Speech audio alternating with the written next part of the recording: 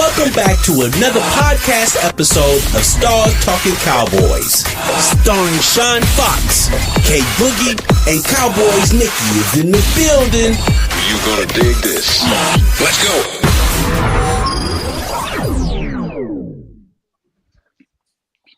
What's up? What's up? What's up? Hey, happy Tuesday. What's going on? What's crack-a-lacking out there? Well, I know one thing ain't cracking like it. And that's them Cowboys. I can tell you that much. Yeah, they crack-a-lacking all right. They crack-a-lacking going in the wrong direction. Make sure that they're not going in the direction of the sun or the glare. Oh, Lord. I don't know what to say. I mean, actually, there's really nothing we can say. There's nothing to say but on to next week. On the next week.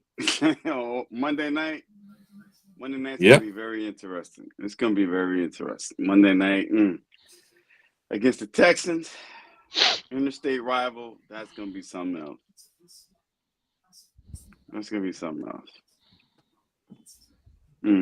I'm still a little shocked that we couldn't even score a touchdown, really, versus the Eagles.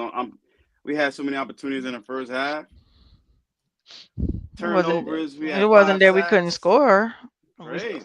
It wasn't that we couldn't score one. We just had to turn the ball over. We was in the red zone. That's what I'm talking about. We was in the red zone. We couldn't score, We turned the ball over in the red zone. Yeah, but we have 2 field goals though. When we got the ball, when they sacked basically Jalen Hurts, do something. But they still turned the ball over in the red zone, regardless of what. They still turned the ball over. Did the same exact thing. But they still turned the ball. That they crucified Dak for. It's at this point, it's not even about that. It's not even about him. I'm just saying that game could have been more competitive if we could have scored some touchdowns. It wasn't. Oh, it's about that. It's about that. Why though? It's not about that. Whatever the fans say, whatever, forget about. I'm not even worried about them. I'm just saying at least play a competitive game and show you got some heart. Show you that you want to improve on the season and do something positive. That's all I'm saying. To me, it's not even about that. All the rhetoric that goes on about him, come on. It's just rhetoric, to be honest with you. It doesn't even mean much to me. All I know is that it's time. It's trigger trade time. It's trigger trade time. That's all I know. It's trigger trade time. We have nothing else to win. We have nothing else to play for, right? We already saw the train wreck that was Cooper Rush already. We already saw that show. Yeah, but we also That's not going to happen.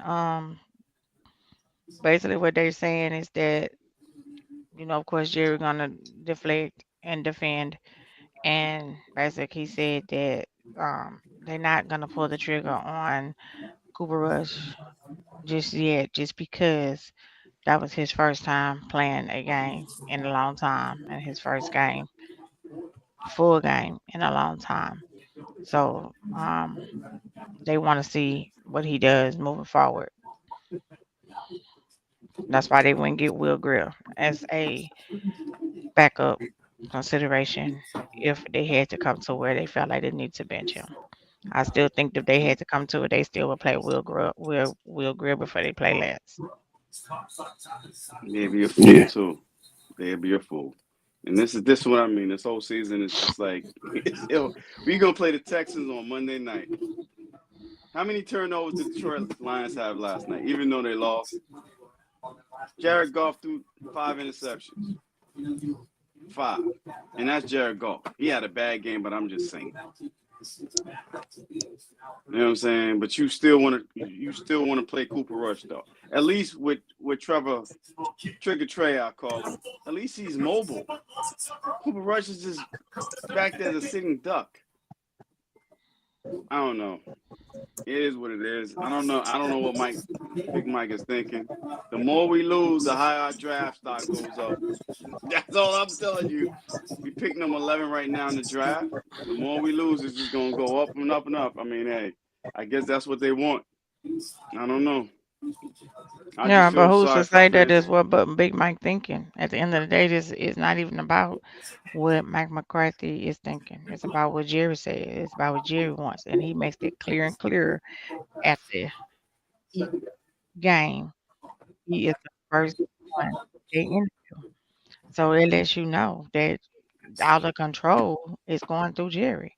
So even if Mike McCarthy decided that, hey, I feel like starting Trey Lance, maybe we should start Trey Lance and give Trey Lance a chance, or however, if that's not what Jerry want, that's not what's gonna happen. And that's where the problem lies, is that no, he's controlling too much of the team and too much of what's happening with the team.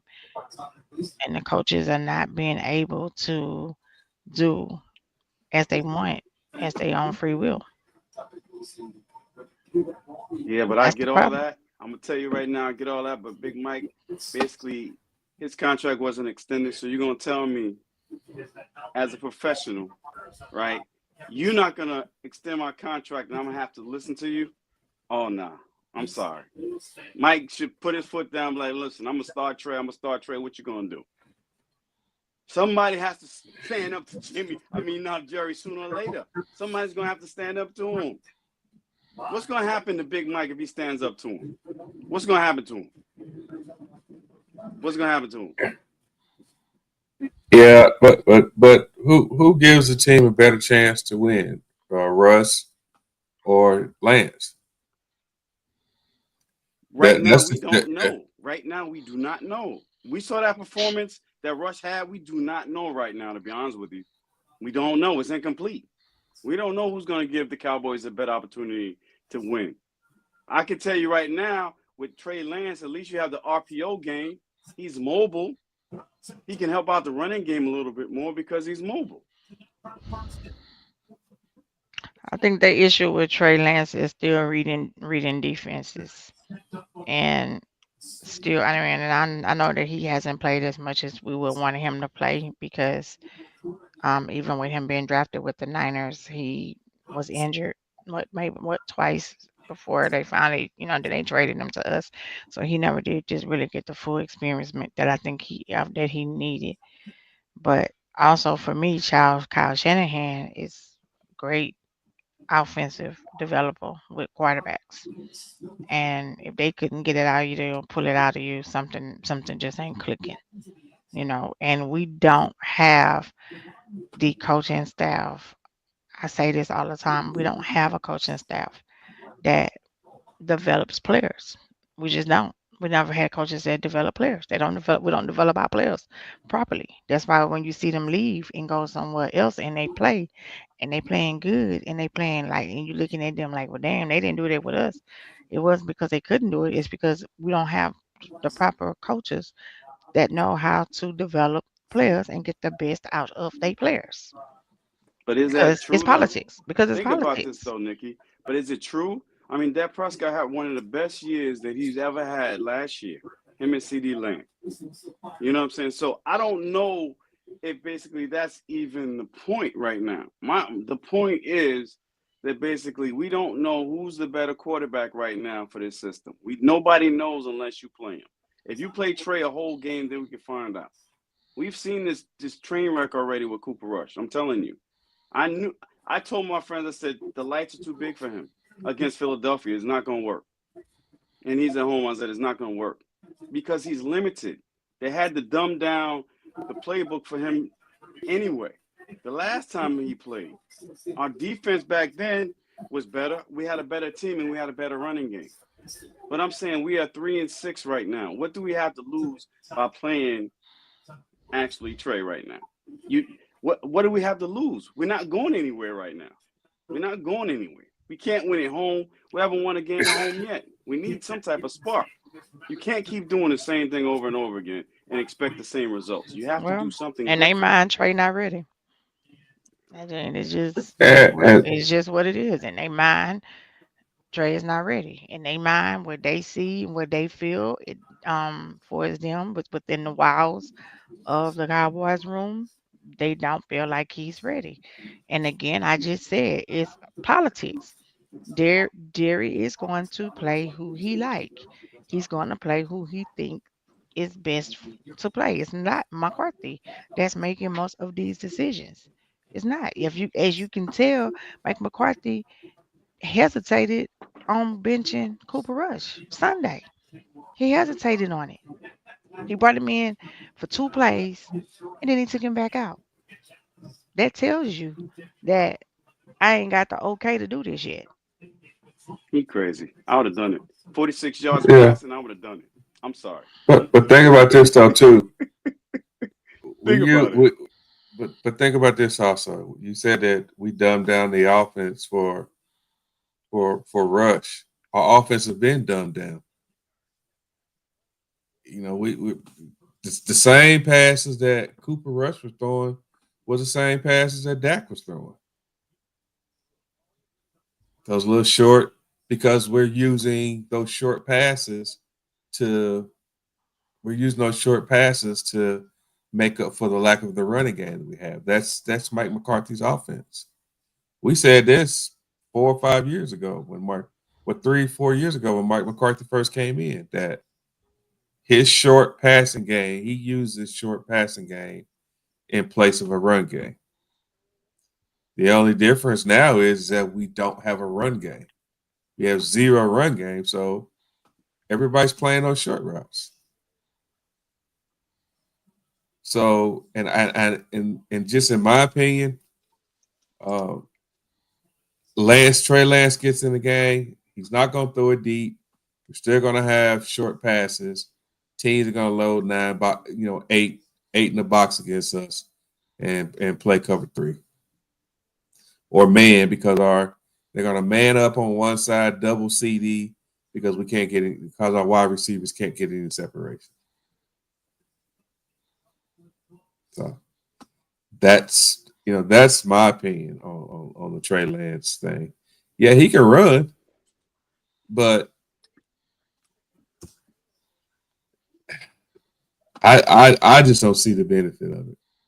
I don't, like I said, I think we're gonna disagree to disagree because I don't see the Yeah, benefit of playing Cooper either though. That's what I'm saying. At least Trey has a live arm. At least Trey will come in and right now he could be really unpredictable because he hasn't played. That's all I'm saying. I mean, Cooper Rush on the other hand, I mean, I don't know. I don't know. Some like I said before, some Mike just needs to say, you know what, Jerry, I'm gonna do it my way. What you gonna do? Fire me? I'm still gonna get paid. well, Mike ain't gonna do it his way because he really ain't been doing it this way since he got there. I mean, the only thing that the only real decision that he made was to get rid of Kellen Moore and become the offensive coordinator himself. Can we think of any other decisions that Mike McCarthy has actually just made besides Hey, that one? Sean, not to cut you off, but people are saying that they don't see us live on the page. Uh, okay.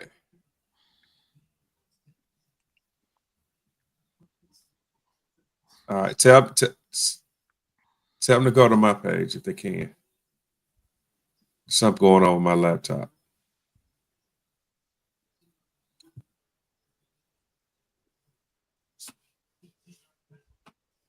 Yeah, I gotta work something out with this studio. I had some issues getting it up earlier, Let me but see. let's address the elephant in the room though. All these Dak haters wanted Dak gone. But what are all these Dak haters thinking now?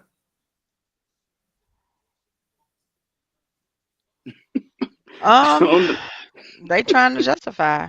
I mean, the ones that said some of the things they said.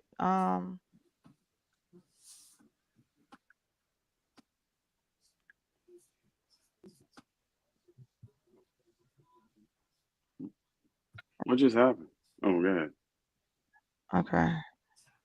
I was trying to stream it from my page too, just to see if it was gonna come up for them on the page, since you were having issues on your end.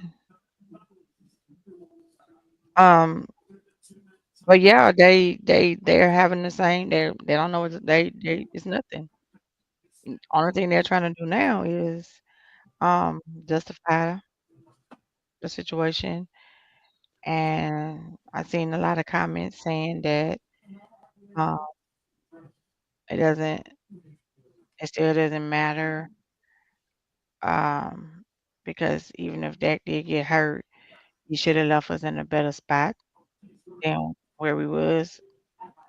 And I said that don't make sense because maybe if we were better and not where we at, he wouldn't have had to be running and mess up his helmet, try to win or to do whatever because Jerry Jones refused to listen to everybody in the offseason and say that Terrence Steele was not the answer.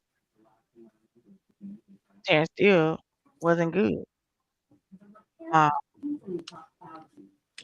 we understand that Tyron missed a lot of games, but I think Tyron would have been helpful to Gooden on the line just to have that vet presence, just a little bit, you know. But at the end of the day, you're still getting the same results. So we're still getting the same results. Just like I posted and I said, same player. Same position, same team, same results, different quarterback. What that tell you? Where's it starting at? Yeah, let me read this comment that Tina wrote here. I hear what you guys are saying, but when are we going to hold the players accountable?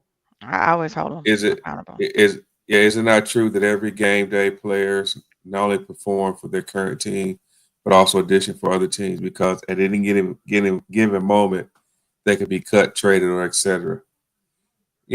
My response to that, Tina, is that if your offensive or defensive coordinators aren't calling the right plays to meet the to that tailors to the staffing that you have, it's they can only run the plays that they practice. They can only run the plays that essentially the coach calls. We don't have the personnel to run what we're running right now. Uh, we don't have the running game, and we don't have a running game until late in the third or fourth quarter when teams are playing prevent defense against us and the holes are actually opening. Um, those underneath passes are open. Those 4 and 5 runs are open because teams are actually playing a shell cover two, where they're playing back and trying to keep everything in front of them. So, do we hold the players accountable? In my opinion, I know on this show we hold the players accountable. But as Joseph said, is Terrence still a bad player or is it coaching? Terrence Steele has never shown us, except for maybe a glimpse or two a few seasons ago when he came in as a backup, that he was a good player. He That's was a definitely not coaching. he was a serviceable player, but he wasn't a he wasn't a good player. Um, I just think that it all starts in this off season where Jerry was delusional enough to think that the team that he put on the field was good enough to compete for a Super Bowl. When he used that term all in and didn't make any moves, we all were waiting for moves to be made. I think every single one of us on this panel was waiting for a splash move. We were waiting for Derrick Henry. We were waiting for a running back in the draft, and there were a few good running backs in the draft. We were waiting on some free agents. And for those who think that we don't have any cap money, yes, we do have some cap money. Oh, they're using this money to sign Michael Parsons. The way CD's contract, the way Dak's contract, the way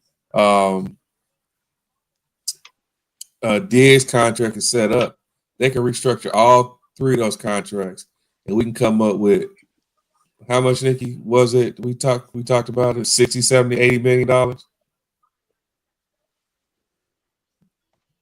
So we got the cap space. And I think from a fan standpoint and from our standpoint, it amazes me that all these other teams can come up with the cap money to play all these players and to bring in free agents. But we can't. I don't think it was never about the cap money. I think just Jerry Jones being delusional more than anything else. You know what I'm saying? Because think about it. You wait till the season starts to extend Dak Prescott and CeeDee Lamb, two of your best players. And you didn't even add anything. We lost like 9 significant players, right? Quote unquote, some starters and some backups. And you really did not replace them. It wasn't efficient in replacing them at all. But I did hear Jerry Jones say, well, you know, we got to sign all these players, so we may not have the talent that we had in previous years. He did say that in the offseason. I remember him saying that, and I'm saying to myself, you know what? He's talking out the side, to both sides of his mouth. On one hand, he says all in. Then on the second hand, he says, well, we might not have the talent that we used to because we got to sign all these players. So sometimes Jerry Jones is his worst own enemy. I'm telling you. He's his worst own enemy. And, you know, everybody says we don't hold the players accountable. We hold everybody accountable. But it starts with Jerry, though. It starts with him. This is his fault more than anybody else's fault. This is Jerry's fault. You know, Dan Orlovsky and everybody talked about it. Not, you know, sometimes when Dan talks, you're like, whatever. But this is one time I have to agree with him. You know, we did not significantly replace any of the talent that we really lost. We didn't. Swagger says the same thing. Everybody says the same thing. But Jerry didn't want to realize it. And now you see the product is on the field. It's like, wait a minute, what's going on here? So, I don't know. I mean, it doesn't matter what sport. Yeah, it doesn't matter what sports show you look at. You can look at CBS Sports or it doesn't matter what sportcast you look at. Everybody says the same thing about this team that we have. We have no run game. We can't stop the run. Our wide receivers don't get any separation. And our play calling is horrendous. For your quarterback, I don't care if Cooper Rush is a backup or not. For your quarterback to average 2 yards per throw on 23 attempts, that says a lot about coaching. I'm sorry. 2 yards per attempt. That says a lot. And is Mike McCarthy a lame duck right now? Yeah, he's a lame duck. He definitely won't be here next season. But look at all these other teams that make coaching changes in the middle of the season. I don't care if, I look at Las Vegas last year when they made Antonio Pierce the head coach. It gave them a little boost. The players felt like, okay, we needed this change. Let's regroup. Let's refresh our minds, bodies, and they played hard for that man. Look at the Saints last Sunday. They got rid of their coach. The interim coach won the game. Look at their response to that. Look at their response against their division rival. Look at their response to that head coach after they won that game. The arrogance of our owner is, our coach ain't got nothing to worry about. We're gonna see this through. But you see the bull crap play call. I keep going back to that Atlanta game last week. 4th and 1. You got 9 men in a box, and you run a freaking jet sweep to a wide receiver. What kind of Yeah, play calling is that? that was dumb. That was one of the dumbest play calls I've seen in a long time. I said, "Are you kidding me?" And you run into the strong side too. You run Yes. into the strong side. Did you see that? You run into Yeah. the strong side. Fake it and do something else. I don't And know. then you look at your tablet after that and slam it down on the ground. And that goes back to what I was saying earlier, Tina. You only run the plays that the coaches put in there. We And what's even behind. more, We yeah, behind.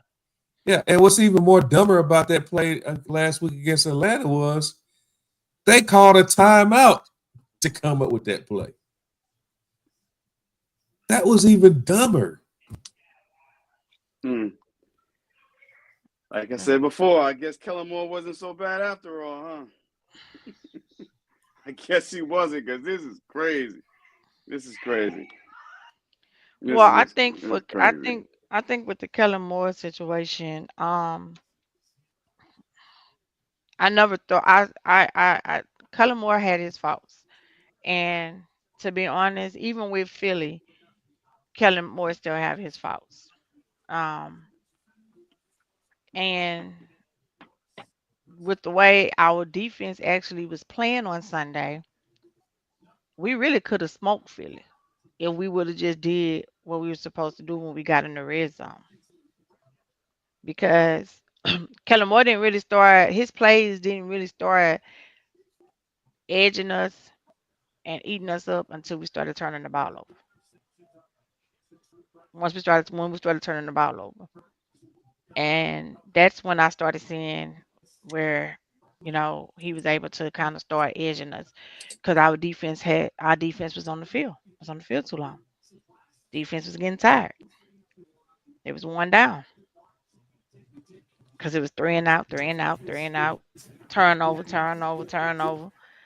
Um, so I think that's kind of where he kind of started edging us. And I still really haven't seen nothing big and fantastic with Kellen Moore with being with the Eagles that made me say I wanted to keep him because he really just kind of started tapping into the fact that he got Saquon Barkley. Because at first he was just passing the ball, passing the ball, passing the ball. What he was doing here, which was making it the way it was, um, with with him here. Now of course with Kellen Moore, we did put points on the board. We did score, but I need people to quit looking at the blind side of things because when we was putting points on the board with Kellen Moore and we were scoring, that's when we had we had a wide receiver that could run perfect routes. We had a wide receiver that knew how to get open. We had another wide receiver besides Lamb coming on and starting on. We had that. So without having, we don't have that fear on offense anymore. We don't have a fear on offense anymore. We don't have a fear on defense either. But we definitely don't have a fear on offense. So what teams are doing is making us one dimensional. They know we can't run the ball. What's gonna be the next thing that we're gonna do? Pass the ball. They take Lamb away. Who, who else you taking away? Jalen Talbot is an on and an off guy. Brooks, on and off guy. You're not playing Flournoy. I think you need to use Flournoy more in your red zone. He built for that. The height, the hands. Use him more in the red zone. I move players around when you get to the red zone. They're not doing that. We're staying stuck in a pattern. We're staying stuck in what we're doing. Um, this team is broken. This team is broken, and it's broken from more than one chain. It's more than one link that's broken with this team. And to be honest, when a team is this broken as we are, It's not gonna be hard. It's gonna be hard to climb back up that ladder. It's hard because you got everybody with an opinion. You got everybody feeling some type of way. You got everybody feeling like if he did this, he did this, he did this, he did this. They broken. And who created that toxic environment with his own team? Jerry.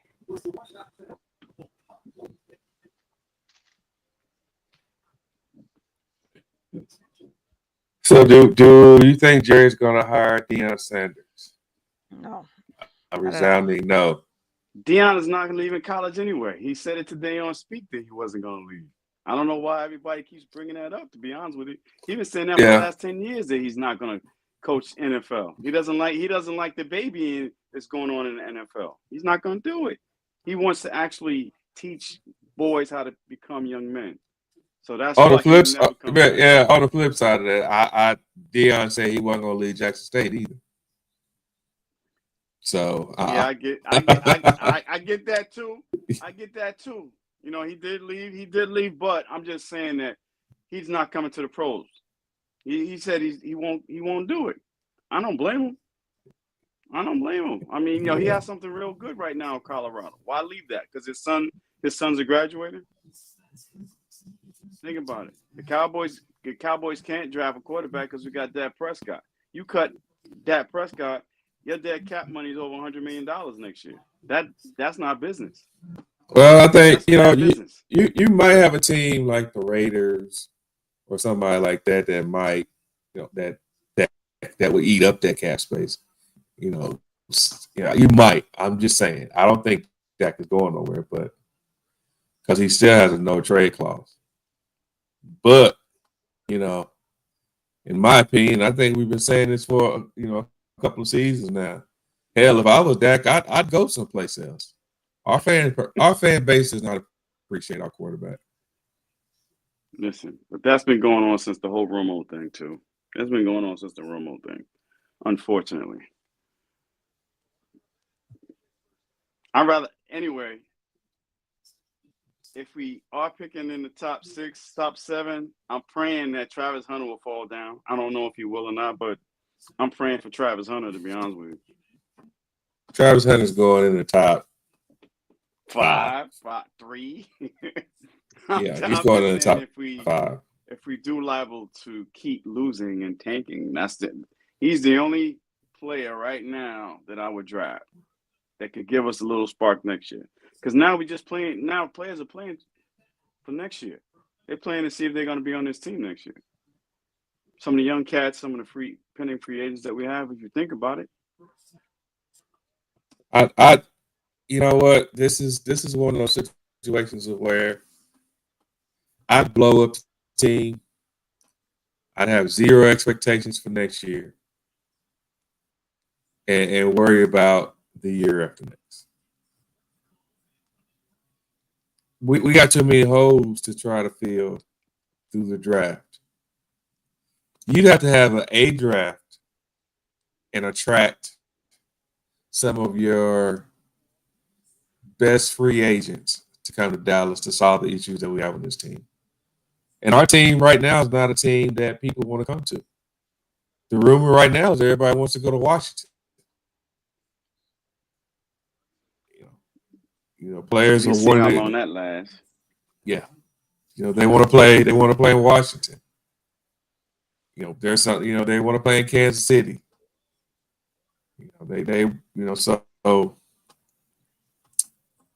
So Frankie said, "What would you draft Hunter as a receiver or DB?" Wide receiver. I'd do it as a wide receiver also. Yeah, he's not playing DB to me. He's not big enough to play DB, if you ask me, to take the pounding of basically being a small corner trying to tackle some of these big running backs. I would keep him at wide receiver. He's perfect for wide receiver. He's explosive. He has wiggle. I would keep him in wide receiver position. I would. Because he only weighs 185 pounds. Yeah, and I don't think that he could. I don't think he could play 100 plays in the NFL. It's too physical, too strenuous. Yeah, Demetrius' ball skills are elite, but the transition from college to pros is tremendous. I mean, it's if you think you're fast, if you think you're fast in college, no, I'm sorry, if you think you're fast in high school, wait till you get to college, whether playing field levels. If you think you're fast in the NFL at college, when you get to the pros, you got people that are just as fast. And if they're not just as fast, they're smart. So he could play full time corner and 50% of receiver. But why would you want him to play corner? We have two good corners anyway right now. We have two good corners right now. And then Carson's probably going to play basically what? Slot next year if Jordan Lewis is not re-signed. So I wouldn't even play him at cornerback at all. I wouldn't. I wouldn't do it. I would just stick him in wide receiver. He's what we need. He's a spark plug. He would be a spark with us. You know what I'm saying? He would open it up for CeeDee Lamb. I wouldn't put him at cornerback. There's no way. There's no way. Yep, Kevin's right too. Kevin's right. To pivot to what Kevin's saying, Washington's playing the last place schedule. And I tell all my friends and family who are Commander fans, I said, you guys are lucking out right now. You could play a last place schedule. You took some of the best players we had, and you drafted a Heisman winner. I say, of course you're gonna look better than us right now. But just wait for the next couple of weeks. Just wait. And I tell them all, I said, just wait. Your schedule's gonna get tougher, and then we're gonna see what's going on. So Demetrius, we have cover corners. We don't have physical corners, and we don't have the D line to the fact that we don't have a D line.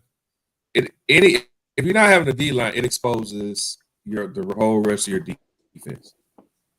If you don't have a D line to take care of the lineman, then your linebackers can't flow. If you don't have the D line to cause pressure, then your corner. But then you have to play like we played on Sunday. Our DBs and our defense are playing 7-8 yards off the ball. So let me ask you a question. Is it the new scheme compared to what actually Quinn was playing? That those DBs were actually tackling better last year too. I mean, Bland was playing, but I'm just saying, is it also the scheme that they're playing now and trying to get used to the scheme that they're playing while they're so far off the ball? I don't know. I don't know. We're not playing that. We were playing a 4-2-5 last year. Yeah. But our D line on some games could stop the run. Now we're playing back to a 4-3. But I think that we have more of a 3-4 personnel. Michael Parsons is not a true defensive end, in my opinion. I still think he's a 3-4 outside linebacker. You're right, because he's too light. As great as he is, he's too light. He needs to gain at least 10 more pounds to be an effective defensive end in a 4-3. And I've said that. We've said that before, though, on the show, that maybe he's better at a linebacker position in a 3-4. We said that. We said that countless amount of times. We have. So even Sunday, that first half, he played. He dominated. Philly came out that second half, and we neutralized him. What did? They ran at him. They bootlegged. I think they only bootlegged towards him one time, and he read the play. But I think the defense just got wore down. I don't know what the culture is, at our practices, but our third quarters are horrible. You're right. We get Think about outscored it. so much in the third quarter. It's crazy. Think about it. Every game, besides the Saints game And Detroit, in Detroit, every other game, we're down one score. We're down 4 points. We come out in the third quarter, boom, 20-point lead quickly.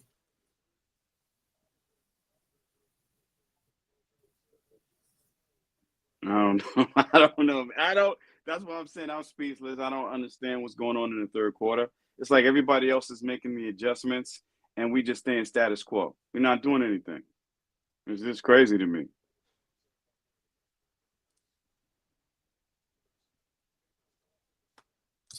So the draft him at receiver only would be a disgrace, waste of a pick. The O-line such as CD is the top guy. Hunter said on his podcast last night he prefers to play corner or receiver. And at receiver, he can rest or run plays or certain packages at the next level. When the defense is getting torched, you have Hunter on the sideline.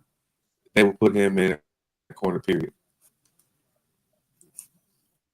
I mean, I'm not doing it. I'm not a GM, but I go back to all the two-way players that's been in the past. Woodson a two-way player? Woodson, Champ Bailey, yeah. Dion, and he's not as physical as those individuals. It's not like we don't know what we talk about here. You know what I'm saying? Yeah, I mean, I get it. He's a great athlete. He's going to be, in my opinion, he's the front runner of the Heisman right now. Especially after the Miami loss. But I just don't see him playing both ways. I don't see him playing both ways in the NFL. It's too physical.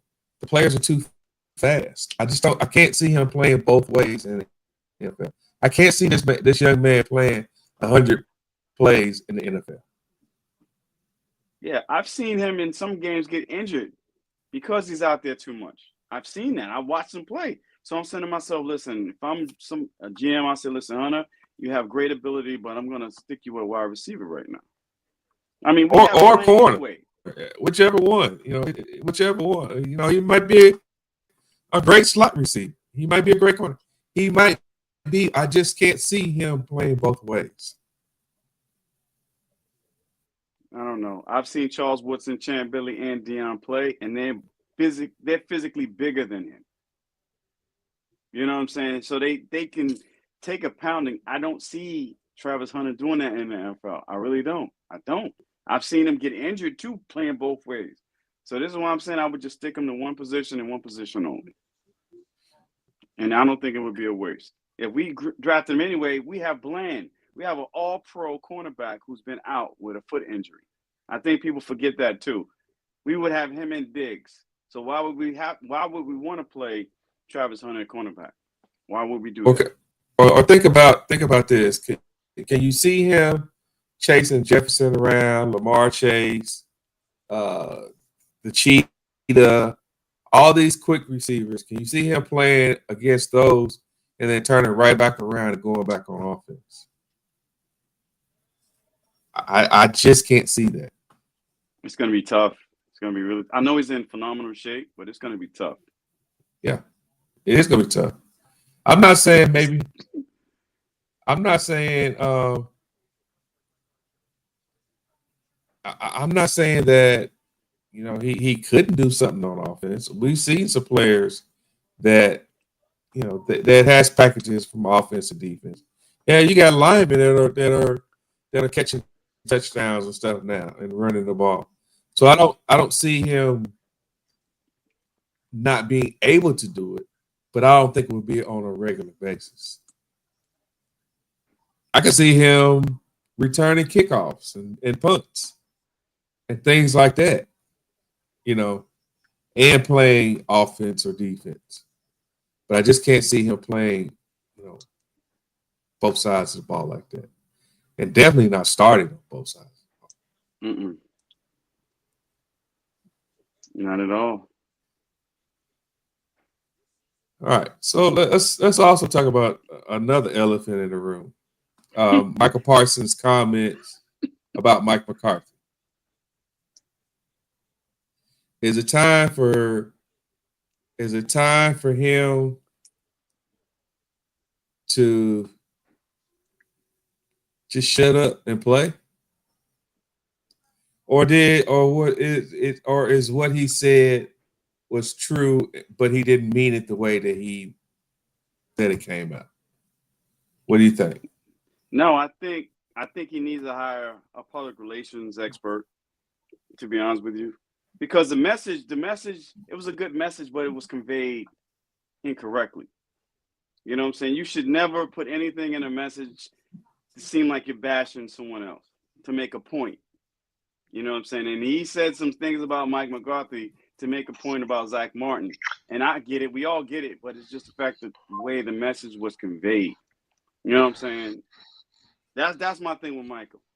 He says a lot of things sometimes, and I understand everybody has a podcast, but you can deliver a good message, but if the message is not conveyed correctly, then everybody else will take it and just scramble with it and do whatever they want with it.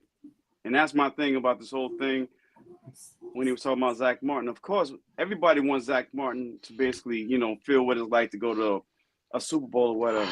We get it. But it's just the way the message is conveyed. You have to convey your message a little bit differently and not use somebody else as an example. That's my only thing with him. You know what I'm saying? All these sports and athletes have podcasts anyway. I just think he just needs to hire a public relations expert or somebody else, a media guru, just so they can go over certain things. Because I'm just being 100. It's like he's 25 years old, right? He's 25 years old. He's a young man. He still needs guidance when this thing called corporate America. Being a media expert and whatever, he still needs some type of guidance. I don't care how great he is on the field, he still needs some type of guidance. He does. He needs some polishing. That's what he needs. That's my what's that, Nikki? But Nikki, that's like somebody telling you can't do certain things because you have another job. I don't think that's fair either. I don't think that's fair that we should tell somebody else that they can't do something. You know what I'm saying? Just because he doesn't know how to convey the message properly. That's my thing. He just needs to understand how to deliver a message. That's why I said something about having a PR expert or media guru to sit down and talk to him about certain things. You don't see the Kelsey brothers making that same mistake. Why? Because they may be a little bit more mature than he is. That's another thing, because they're older. So that's why I say he may need to hire somebody. That's all I'm saying. I don't think he should give it up, though. I don't think so. He just has to be a little bit more mature in giving his message. That's all.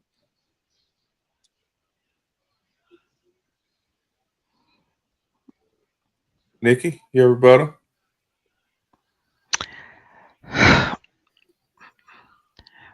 I don't my issue with it is this. I don't have a problem with what he said. I have a problem the timing of saying it. I have a problem who he said it to. I have a problem again the timing. The timing. It's more about the timing for me than what he said, because we all know that Mike McCarthy doesn't have a contract past this year. We all know that the way this season is going and the way this team has looked and the way these players have responded to Mike McCarthy, that that's possibly he's gone after this season. To me, the way what he said, again, was true, but the timing was wrong. And for me, for you to be that comfortable to speak those words and say those things right after a blowout, another blowout loss about your head coach speaks volumes to me. It lets me know that Jerry have built this type of culture within the walls of of these facilities, the stadium and in the store. He does not bring them in and say, "Don't. This is wrong. This shouldn't have been done. This shouldn't have been said." Why? Because he do the same exact thing. So you can't ask a player to not do certain things when the person at the top is constantly doing it. And that's the reason why I say all the time accountability. And accountability starts at the top. They only doing what they see, what they're being taught. It's kind of like kids. If a kid, every curse word come out of a kid mouth, it's because that's what they around. Someone constantly cursing around them, and they're not being told that's not okay. It's being laughed at. They think it's funny. That's why some things with children I don't play with them on, because I need you to stay in the child's place. Now, in Michael case, I'm not saying stay in the child's place because he's a grown man, 25 years old with two children. So he's definitely a grown man. But your PR has to know and has to help you.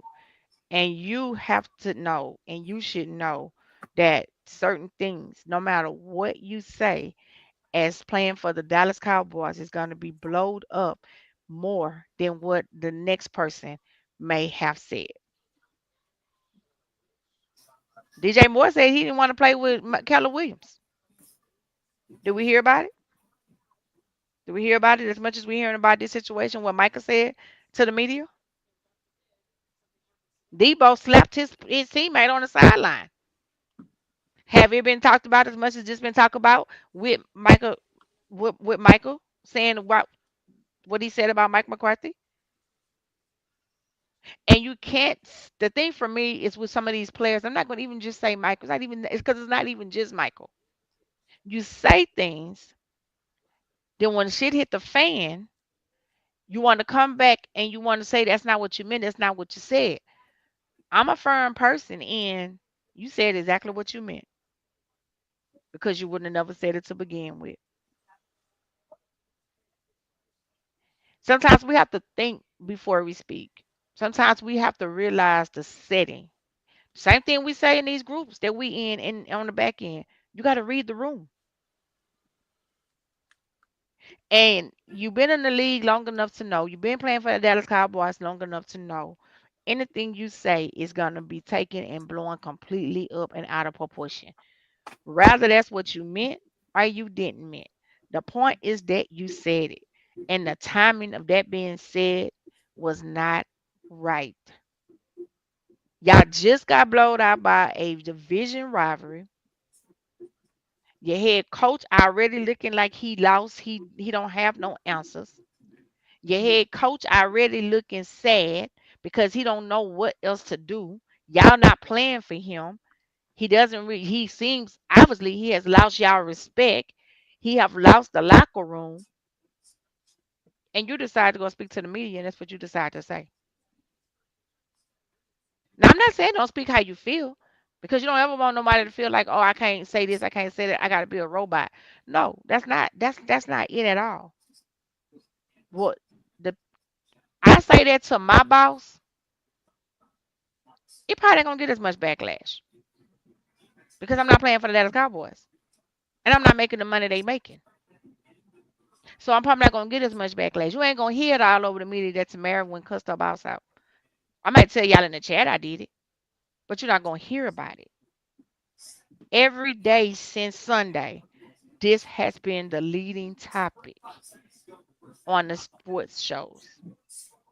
And as much as Jerry loved the media, and as much as we know Jerry would say something real ignorant out his mouth, I don't think that's what he want his players to say and do. You Now, know what? report just come out just now. Jerry say he got he and let me tell you how just so misconstrued this whole thing is with the Dallas Cowboys. Jerry saying he got to investigate to see what happened to make Michael say that. What that tell you? I just sent it in the chat. He said he got to investigate. It ain't no such thing as investigating because you heard what he said. So what you do is you pull Michael into your office and you say, might not mean what you meant, might have not been how it should have came out. But certain things, certain topics you stay away from. If you notice, Dak pivot away from certain things. He pivot away from those type of conversations just because of this right here. You've been out 4 games. You come back. You played well. I will give him his credit. He came in. He played well. But before you went out those 4 games, you wasn't playing as good yourself on defense. So it's all about respect at this point. You can't backpedal on something that you said it. So at this point, it's like what's the words we say? Stand on business because you done said it. So stand on business. I'm sorry, Sean. No, I think so it's here's my take on it. You know, sometimes if he would have just said that, all right, this is above my pay grade, uh, that's something that you need to talk to Jerry about or something like that. I'd have been cool with that. I would have been cool with him saying, at this point right now, I'm playing to try to get those guys like Zach Martin and others who worked at, who have put their time in at the league. I'm trying to get them to the next level. I'd have been cool with that. But for him to say that these guys are working harder than Mike McCarthy is working, this and that and other, he essentially not only did he throw him under the bus, he threw him under the bus, picked him up, threw him under a train, picked him back up, and threw him on a cargo ship and threw him in the ocean. Because essentially what he said was, we're not playing for Mike. We're playing for ourselves. That's if you take everything he said, ball it up in a piece of paper. That's what Michael Parsons just told the world. And I'm seeing all the sports. I'm seeing some people saying that I wouldn't want a person like him in my locker room because he's a cancer. I see other people saying, well, only thing he's doing is telling the truth. In my personal opinion, the only thing he did was just open up a can of worms that the Cowboys do not need at this time. Exactly. And you know what also that tells me? That y'all are having private conversations. Oh yeah, Somewhere in this, somebody big then had conversations with y'all. Now, like I said, what he said, he was right. He was correct about. And I'm with you, Sean. If he would have stayed at that's above my pay or that's above me, if he would have stayed at it right there, cool.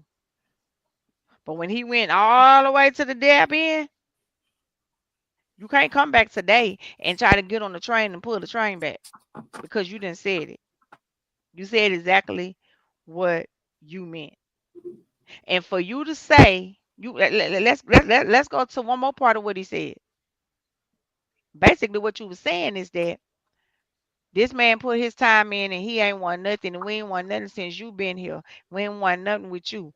You could go get another job and coach again, and it be all right. But these men, we we can't play again.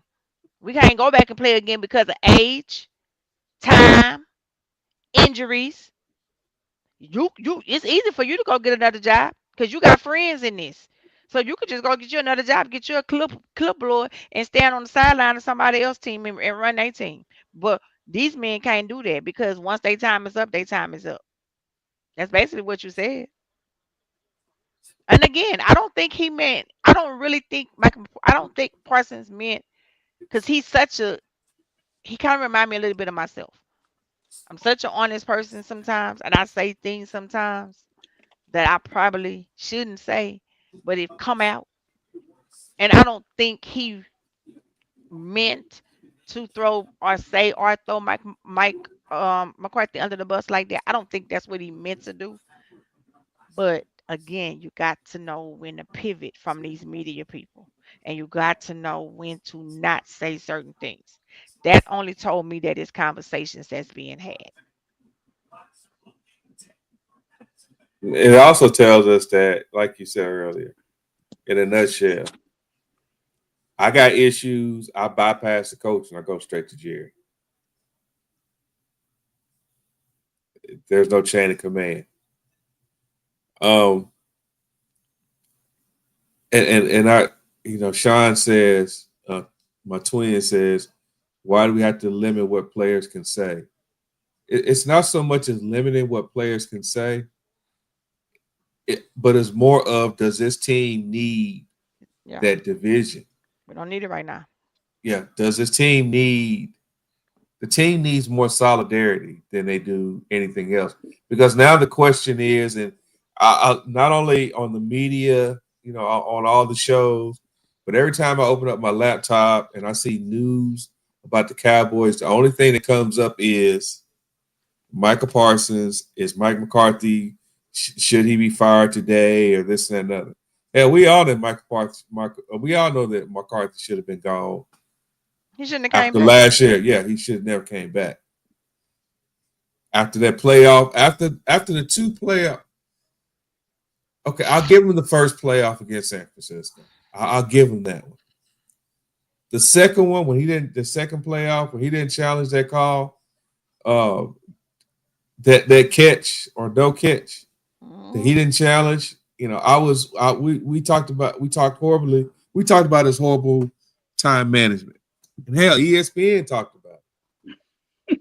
But after that playoff loss to the Packers last season, I was done with Mike McCarthy. Me too. I was done with him before he got here, but okay.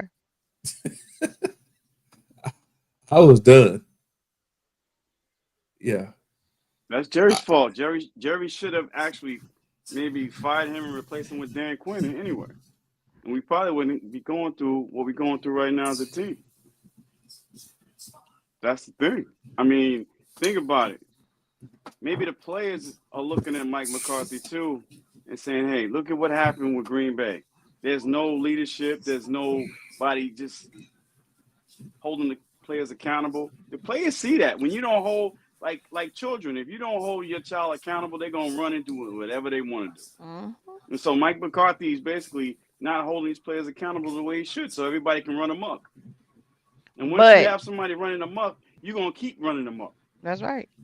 Well, let's ask the question. Now that you said that part, let's pivot to that. Is it because he can't hold them accountable? Is it because they know that he can't hold them accountable? Because Jerry is so involved into into things that he have created a locker room that, like Sean said, you don't have to go to your coach. You can come straight to me. It's practice time. Y'all in Jerry office. Jerry office overlooked the practice field. Carter look up because he don't see y'all. His main people in practice. He walks up to go see, oh, maybe it's a meeting. Something going on. Only to get told they don't want you in the meeting. And even if that was the case, that's not something you do in front of players. Yeah, but I was told that he's been doing that for years too. He's He been doing that have. for years. And that's part exactly of the my problem. point. It starts at the top. Before, if I was Mike, I have nothing to lose. I would start holding these players accountable. The hell with what the press say, hell with everybody. You're gonna have to start. You're gonna have to start somewhere. If you fire me, fire me. I'm still gonna get paid. You're gonna have regardless to. of what he does. Because right now, like I said, but he'll never coach again in the NFL. Please, he's too old anyway. Who gonna hire him right now? I'm just saying he'll never. This is this is bad. This is bad. So the way we playing right now, you would still hire him right now? Anyway, you would hire Mike McCarthy right now? I wouldn't have hired him to begin with. So there you go. There you go. So he has nothing to lose. He had nothing to lose by trying to put these players in their place. I know him and Mike, they had a separate conversation about They what he did. said. They had a separate conversation about that. But still, like I said, if you're not holding these players accountable, they running amok. Yeah, Jerry Jones is probably overseeing things, but still, you got to pull somebody in a corner and talk to him or behind closed doors. So listen, man, you're the leader of this team. You got to act accordingly. He has to say something. He has to, because if you don't, they're just gonna run amok. And that's what they're doing. So Sean asked, so if we rebuild, what should we start with first? My personal opinion, D-line, O-line, running back. That's the order that I would go with. D-line, O-line, running back. We already started to rebuild the O-line as well. We have two rookies starting, right? So we already going through a rebuild. We've been already going through a soft rebuild. Jerry just don't want to say it. Well, he did say it was a soft rebuild. We going through a soft rebuild now. He did say that. He said it was a soft rebuild. So I don't know. And then don't forget, we have how many defensive ends that's out because of injury. We need defensive tackles too. We need stout tackles. Yeah. Because I'm done with Miles Smith. I'm watching the really good teams play, and they have stout defensive tackles. That's something that we don't have. Another wasted draft pick. The thing of it is that if you go out on the trade deadline and you pick up a wide receiver who hasn't seen the end zone in essentially his whole career, and that was your best move. That was your best move. I'll never forgive Jerry Jones for not even picking up the phone and calling Derrick Henry. Everybody and their mother-in-law and their grandkids expected us to at least make a play for Derrick Henry this year.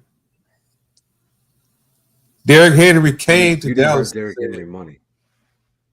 Yeah, we did. Yeah, we did. You could circumvent the salary cap. You could do it. Jerry just didn't want Henry. He just don't want him. They could have, but at that point they didn't have the money. In life, you know when somebody wants you and when they don't. He just didn't want Henry. Let's just call it what it is. He just didn't want him. They said Joe Mixon was too expensive at $4 million a year. $4 million is nothing. And they said that was too expensive because at that point they had no money. Because we were dumb enough not to sign Dak and CD. Exactly. When we should have. And now we got $23 million that we're holding. Pollard wasn't taking less than 8. Yeah. Pollard's balling though. Pollard was gone on the first day, so it wasn't even like a chance to negotiate. We have Pollard. Pollard was gone on the first day. But I don't even know if I would have kept. I don't know. I probably would have kept him, but I don't know if I would have gave him that just because for us in our role, Pollard was he wasn't an every down back. Shit, Pollard's better than what we have now, though. Yeah, in hindsight, 2020. I agree. I totally agree.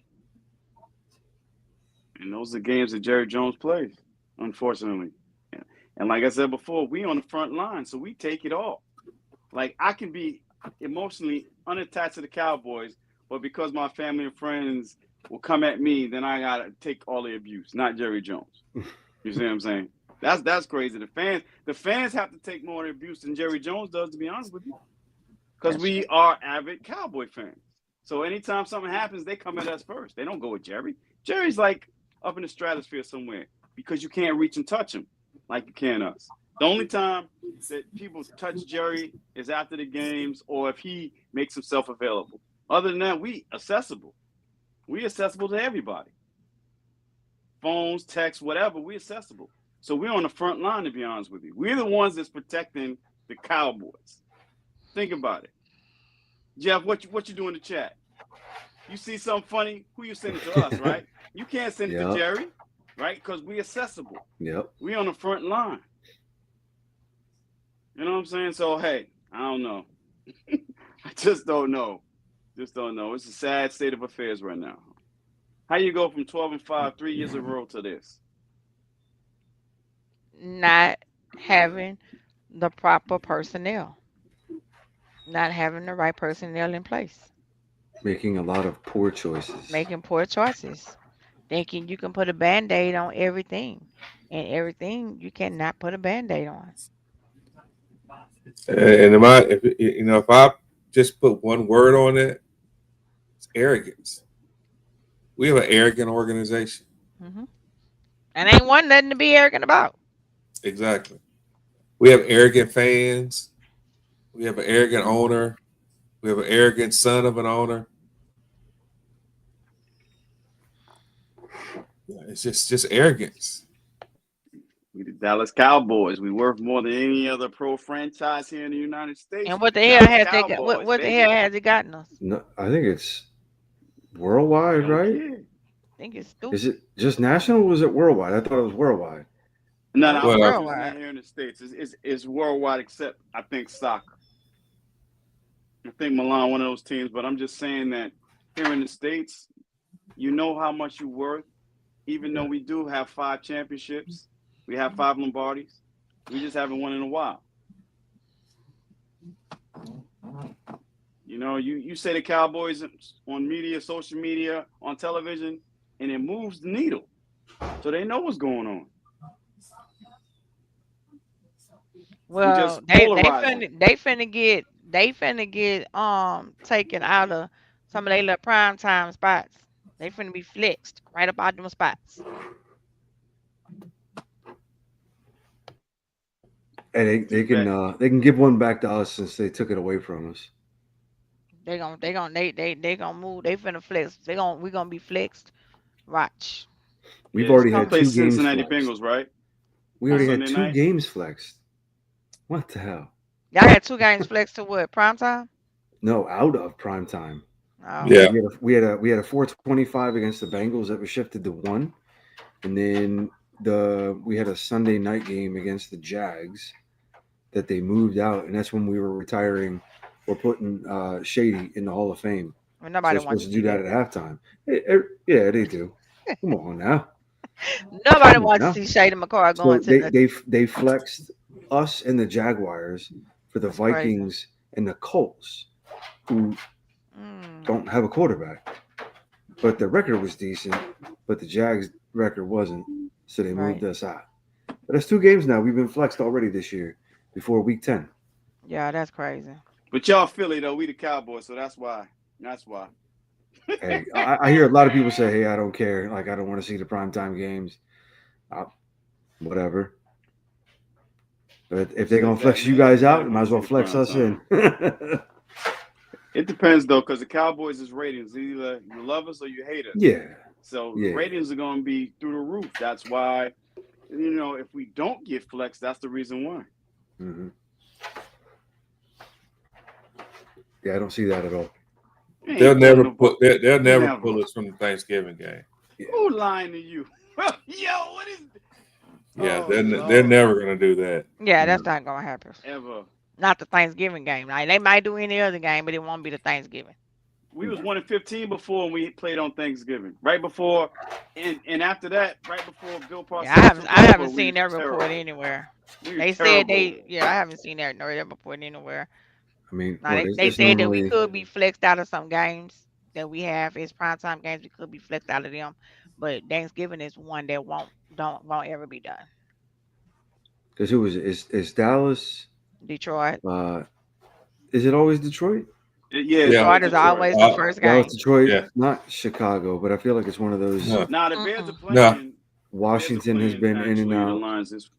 It's always Dallas and Detroit. It's always.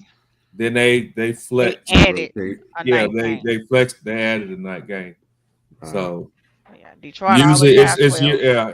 For those that Usually, might be awake still. you're Right, right. from after eating up everything. But yeah, it's always Dallas. I mean, Detroit play first, then Dallas play, and that came about because when they had these Thanksgiving schedules, they asked all of the NFL teams who wanted to play, and none of the teams said they wanted to play, but Dallas and Detroit were the only two teams Okay. that said they would play on Thanksgiving. There you go.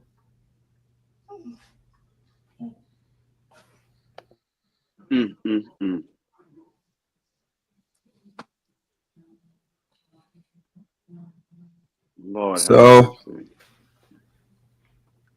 so Jeff, go ahead and get your gloat on. I'm good, bro.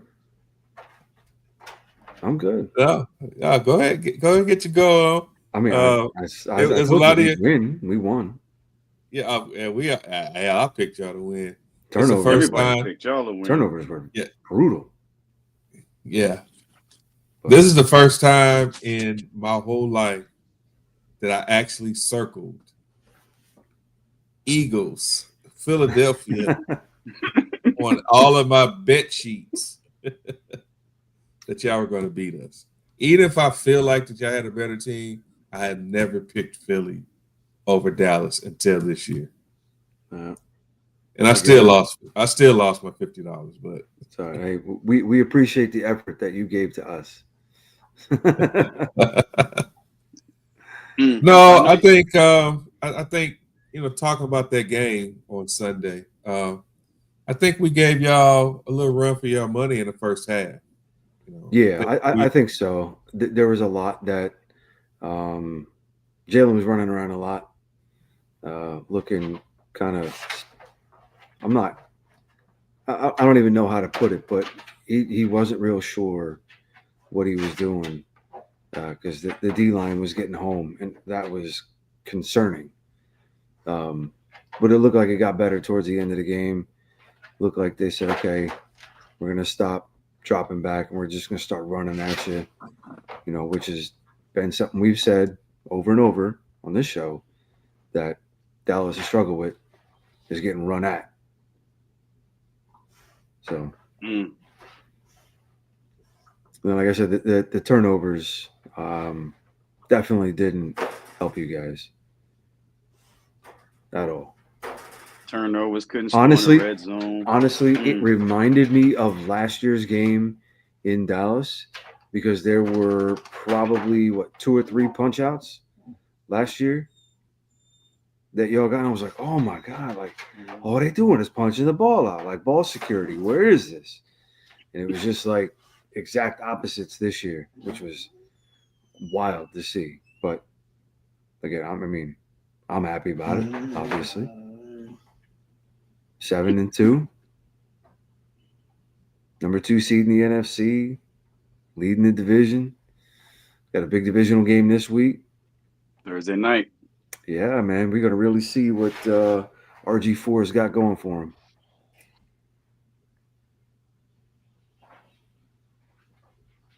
Did you say RG4? I did.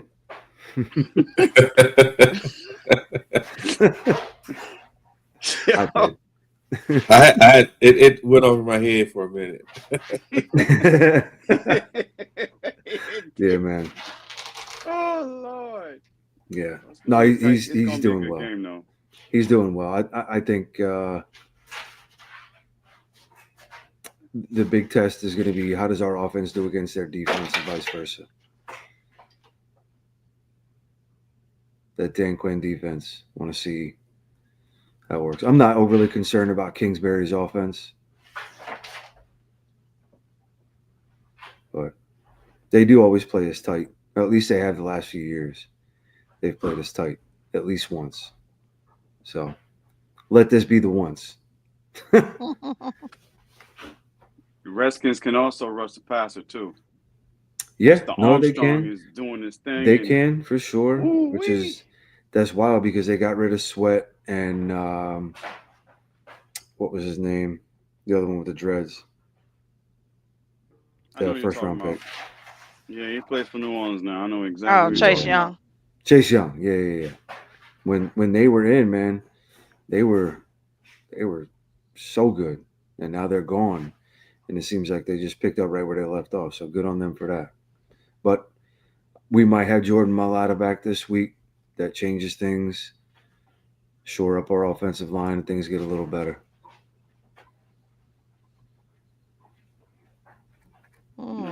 They got a pretty good team though. They rushing They the do. passer pretty well though. They do. I'm not knocking them. I'm ready for it. Ready for the game. I know I'll be home.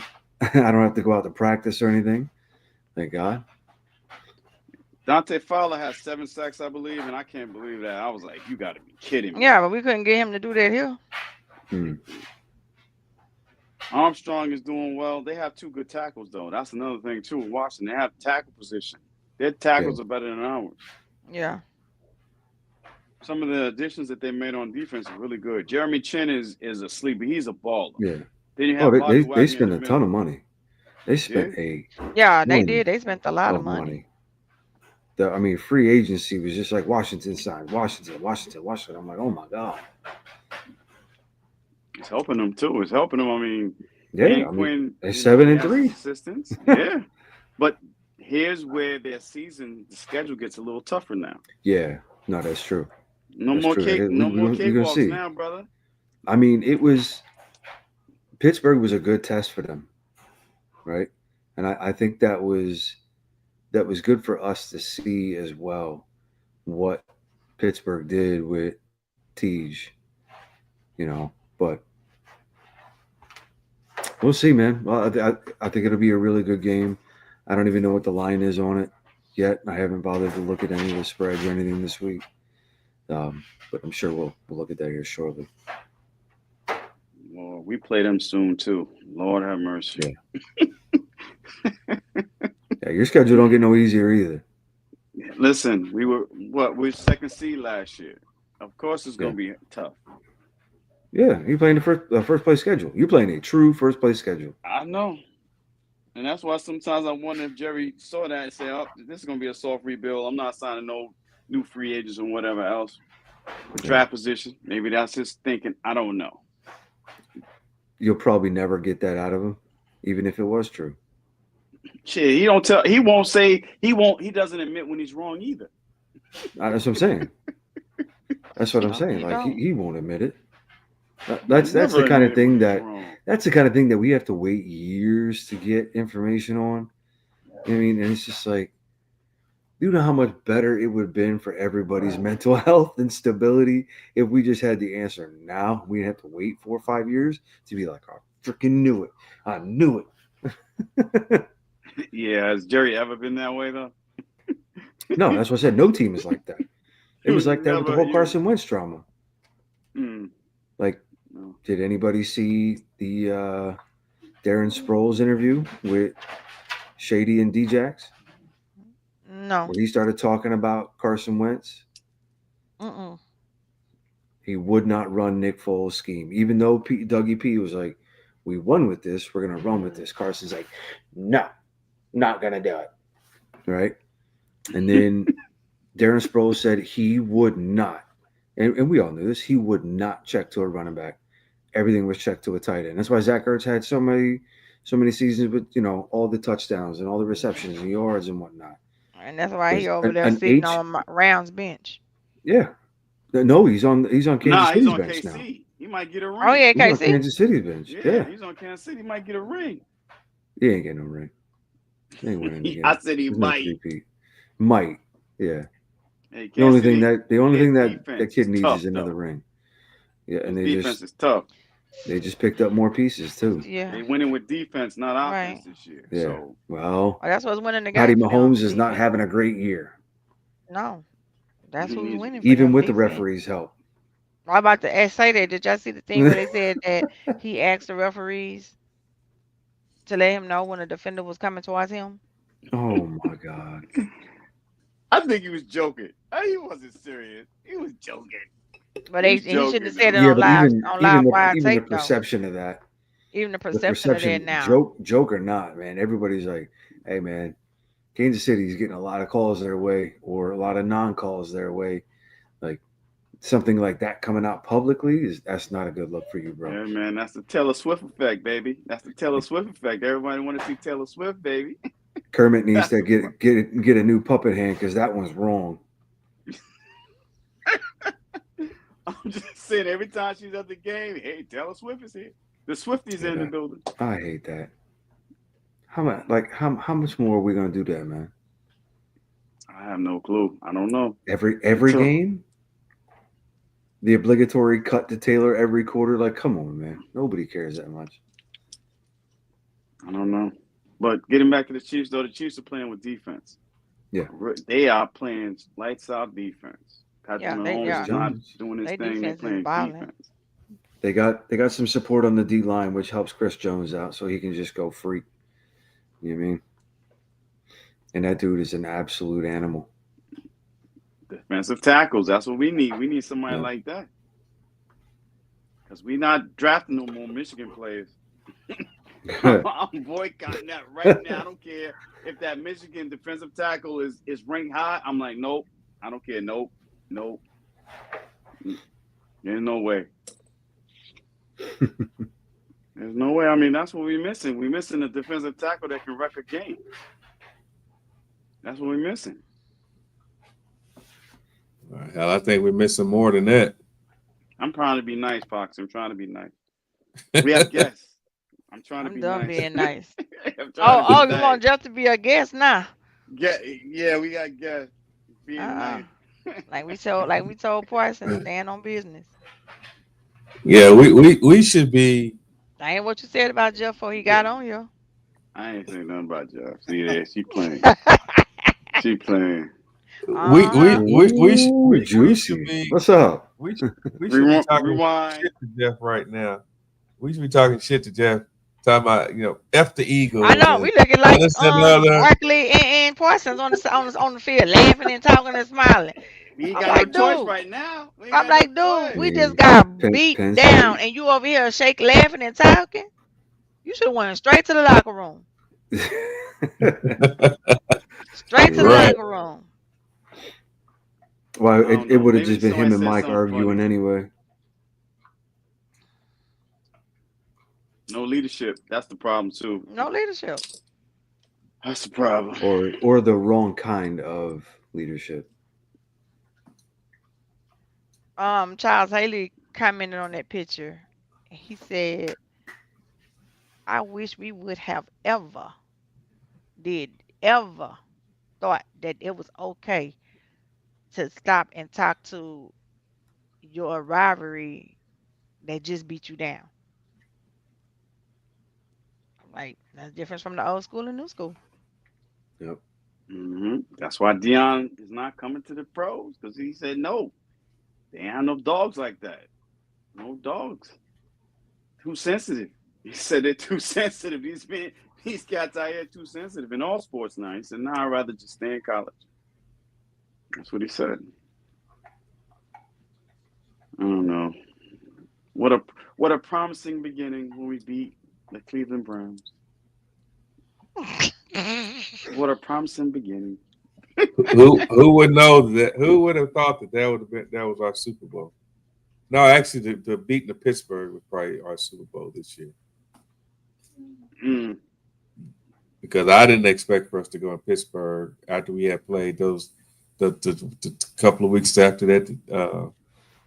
I didn't at the way we lost to the Saints. I didn't expect to go into Pittsburgh and beat Pittsburgh. I don't know. I just don't know what to say half the time to my family and friends. I just don't know what to say. Well, yeah, I'm about to say, you know what? We might as well go to the picks and do our picks for the week, because this was just a horrible week. So, are y'all good with that? Yeah. Who you got this week? One thing, hopefully Mingo plays though. I hope Mingo plays. We need him to play. Who we got this week? Okay, the Jeff. Texans on Monday night. You know who we got. He know who we No, got. actually, I don't. I haven't looked at the schedule. I'm sorry. I work y'all way too got the damn much Commodores now. on Thursday night. You got I know Lionel we Richie on do. I Thursday. know we got Thursday because that's all I've heard about. All But I have right. not Well, even looked at the schedule for this week. Yeah, we'll run through the games and we'll pick Washington and us last. All right, so we got Green Bay and Chicago. Oh, I got Green Bay. That's easy. Chicago, Green Bay. Yeah, Green Bay. Chicago's going through their own turmoil right now. And Yeah. everybody was talking about Caleb was going to bring him to the Super Bowl. I was like, man, y'all crazy. Crazy. That dude Coaching, was though. straight cheeks in college his last year. Coaching. They have the wrong coach for him. They got rid of the OC. They fired the OC. Yeah. So. Yeah, they did. They did. They have the wrong coach Passing and the game wrong head coordinator coach is for taking him. over. All right, you got Jacksonville at Detroit. Oh, shoot, that's easy. That line is absolutely disgusting. I don't think I've ever seen a line this big. Detroit is -13 at home. That's insane. That's the 2B Lions right there, baby. That's the 2B Lions right there. Wow. Where's Sean go? Is he get booted?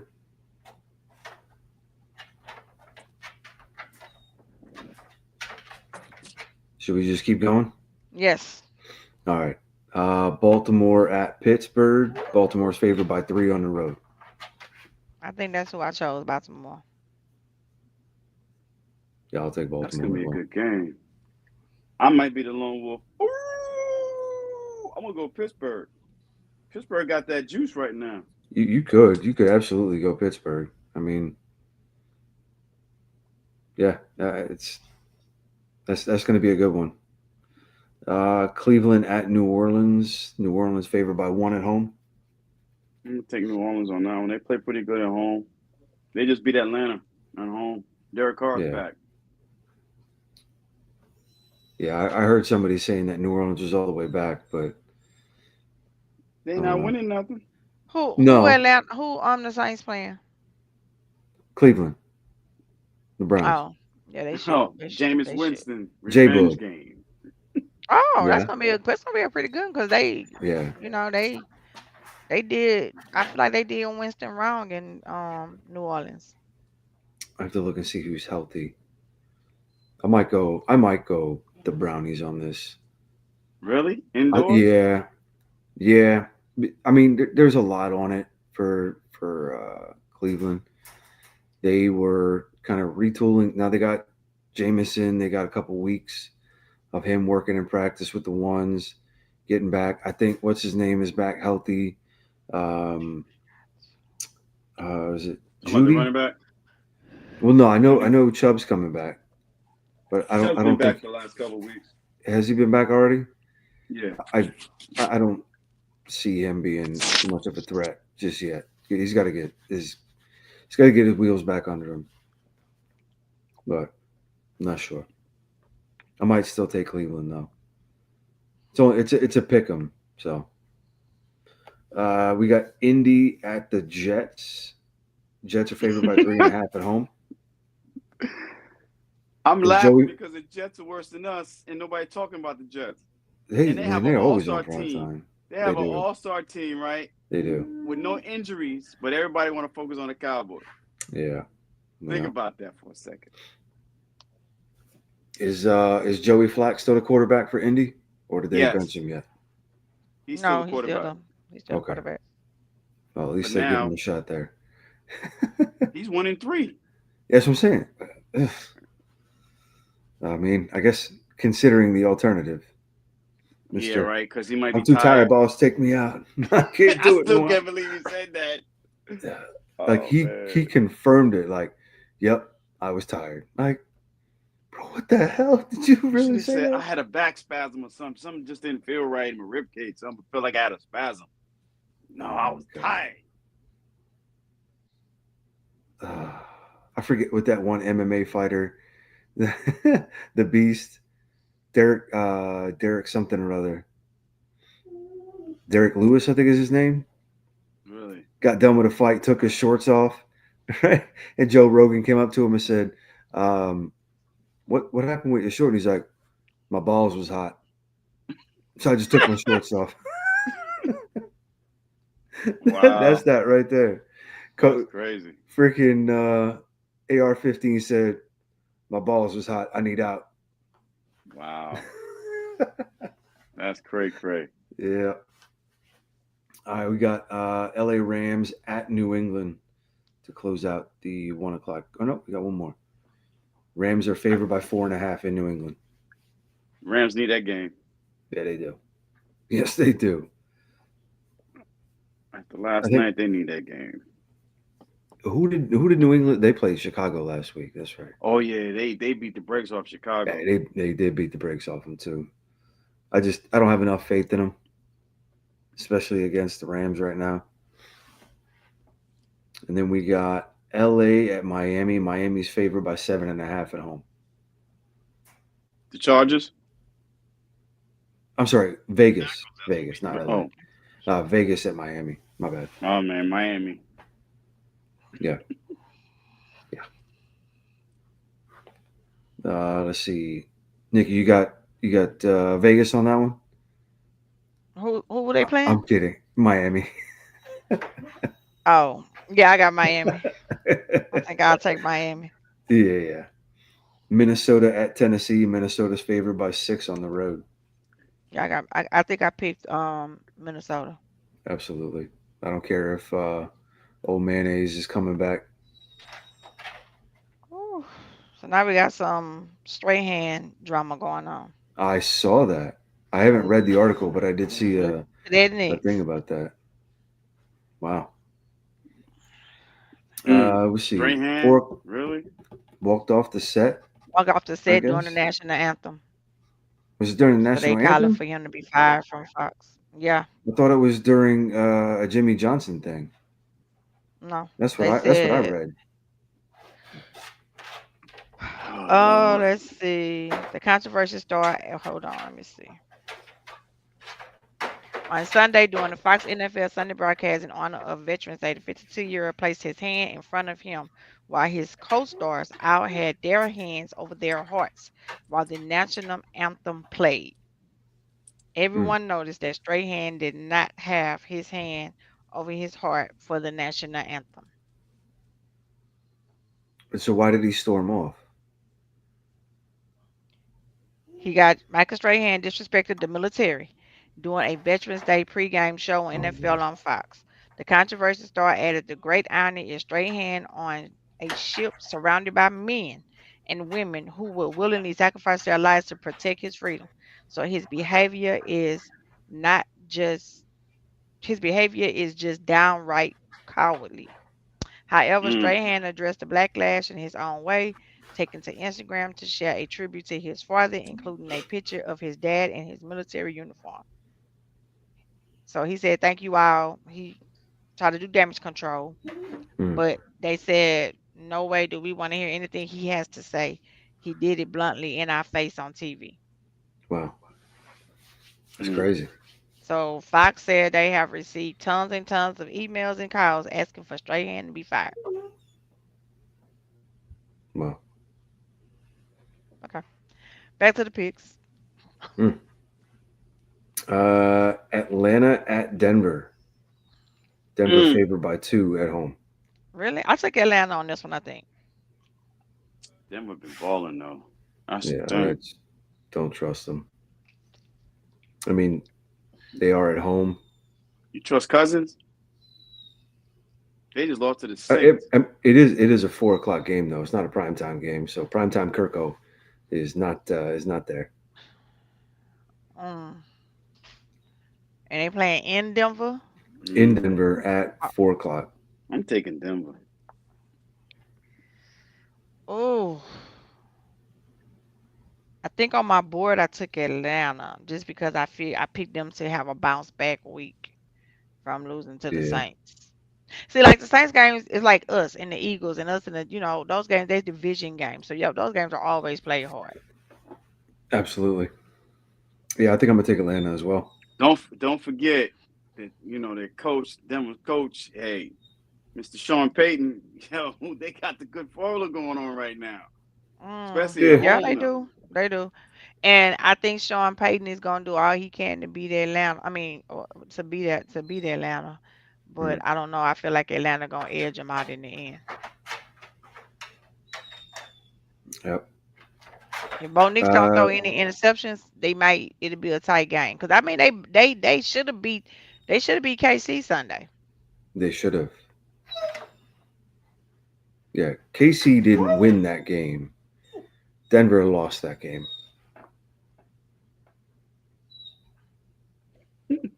Nobody don't pay Drew no mind. He remained one saying that Rush was better than Dak. I don't want to see Rush Hour no more. I'm done with that. Go ahead. Sorry. I'm done with Rush You Hour. ain't lying. I'm done with it too. I'm done But with we Rush know how Hour. that goes. I So can't. Drew, that's for you. I'm done with Rush Hour, Drew. Everybody was putting his record out there. He's 4-1. He's 4-1. He's 4-1. Different right, team. I was like, do y'all not understand that even when he was 5-1? Do you not understand that even when we were when he was 5-1, that defense was balling? Mm-hmm. Free defense. That's when defense was playing Mm-hmm. good. And to keep it 100, we were playing teams that were under 500. When we came to Philly, he ran into the brick wall. Then that Yep. next week, Dak was back. Big lights, Philly. Too much for him. Told you too much this week too. Last Shit, they're week. like our lights too big for him too, with the sun shining in us. that whole thing was such a mess.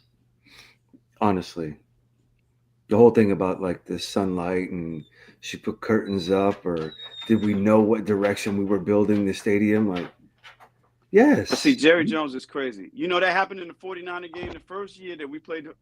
3 years ago when we played the 49ers. Same exact thing happened. It was like 3rd and 18. Somebody came across the middle wide open. That threw the ball and they couldn't see it. Yeah. That happened in the playoff game when the stadium first opened with the Giants. When the Giants went and on and won a ring when they beat the Patriots. That happened in the stadium. Same thing. Who was it? Miles Austin. They said the ball got caught up in the lights and stuff. Jerry can do it because But Jerry said he not putting up no curtains. He said he ain't putting up no curtains. He said, "What you want me to do? Tear the stadium down and rebuild it again?" Well, shit. The There's nothing you can WWE do. when they came, they had curtains up. They put curtains up. I saw it. They put curtains. So Jerry you're right. They did. Jerry, Jerry just doesn't want to admit when he's wrong. He doesn't want to admit anything. He planned it that way. He planned to put it in that direction so that there is a environmental disadvantage for teams that come in. Mm-hmm. But what he failed to recognize was you also have to play in that environmental freaking issue the other 15 minutes in the first half before the sun is low enough. So that's it. Yeah. Who's the Sunday night game, y'all?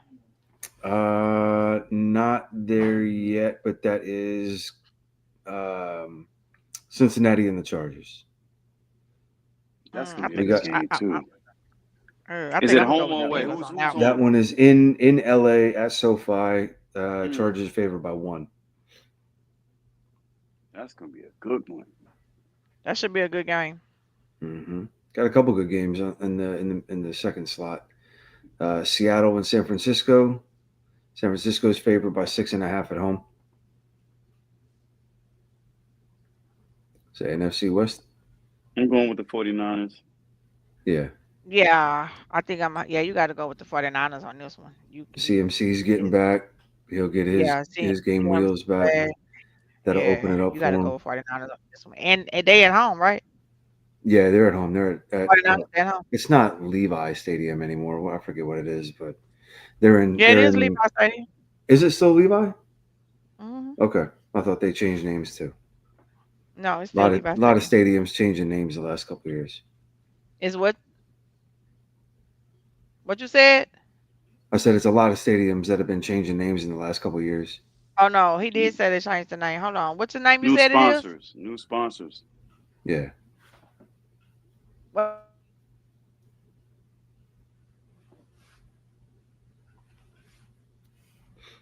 I thought he said no. It's Levi Stadium, Harbor Stadium. Levi Harbor Stadium. Levi Harbor, okay. Kansas City at No, they Buffalo. horrible as in bad, Jeff. Huh? Horrible as in bad. Oh, horrible. Oh, okay. My bad. It is a shit stadium. That's Though. my Louisiana accent. Don't be acting like that, Jeff. I hear with an accent. So. KC at Buffalo. Buffalo's favored by 2.5 at home.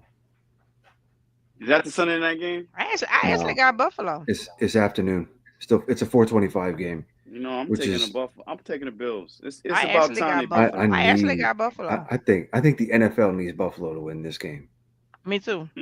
Because they have to show that they could beat Patrick Mahomes. Yeah. But then they'll hear like, oh, well, he beat him away. He didn't have his home field advantage with the referees and Taylor Swift and blah, blah. It's going to be nice Sunday, too. It's going to be like 65 degrees. I don't know. It's going to be hot down here. Still in the upper 80s. It's going to be nice in New York and Buffalo and all that good stuff. No rain or anything, so you don't have to worry about the weather. Yeah. We already talked about the Sunday night game with Cincinnati and the Chargers. So now we go to the Monday night game. Texans. Yeah, Texans visiting Dallas. They are 7.5 point. Look, I'm about to say who played Monday. Texans. I told you, I'm not picking the Cowboys. Texans. Yeah, 7.5 point favorites. Yeah, I'm taking that. They're gonna blow them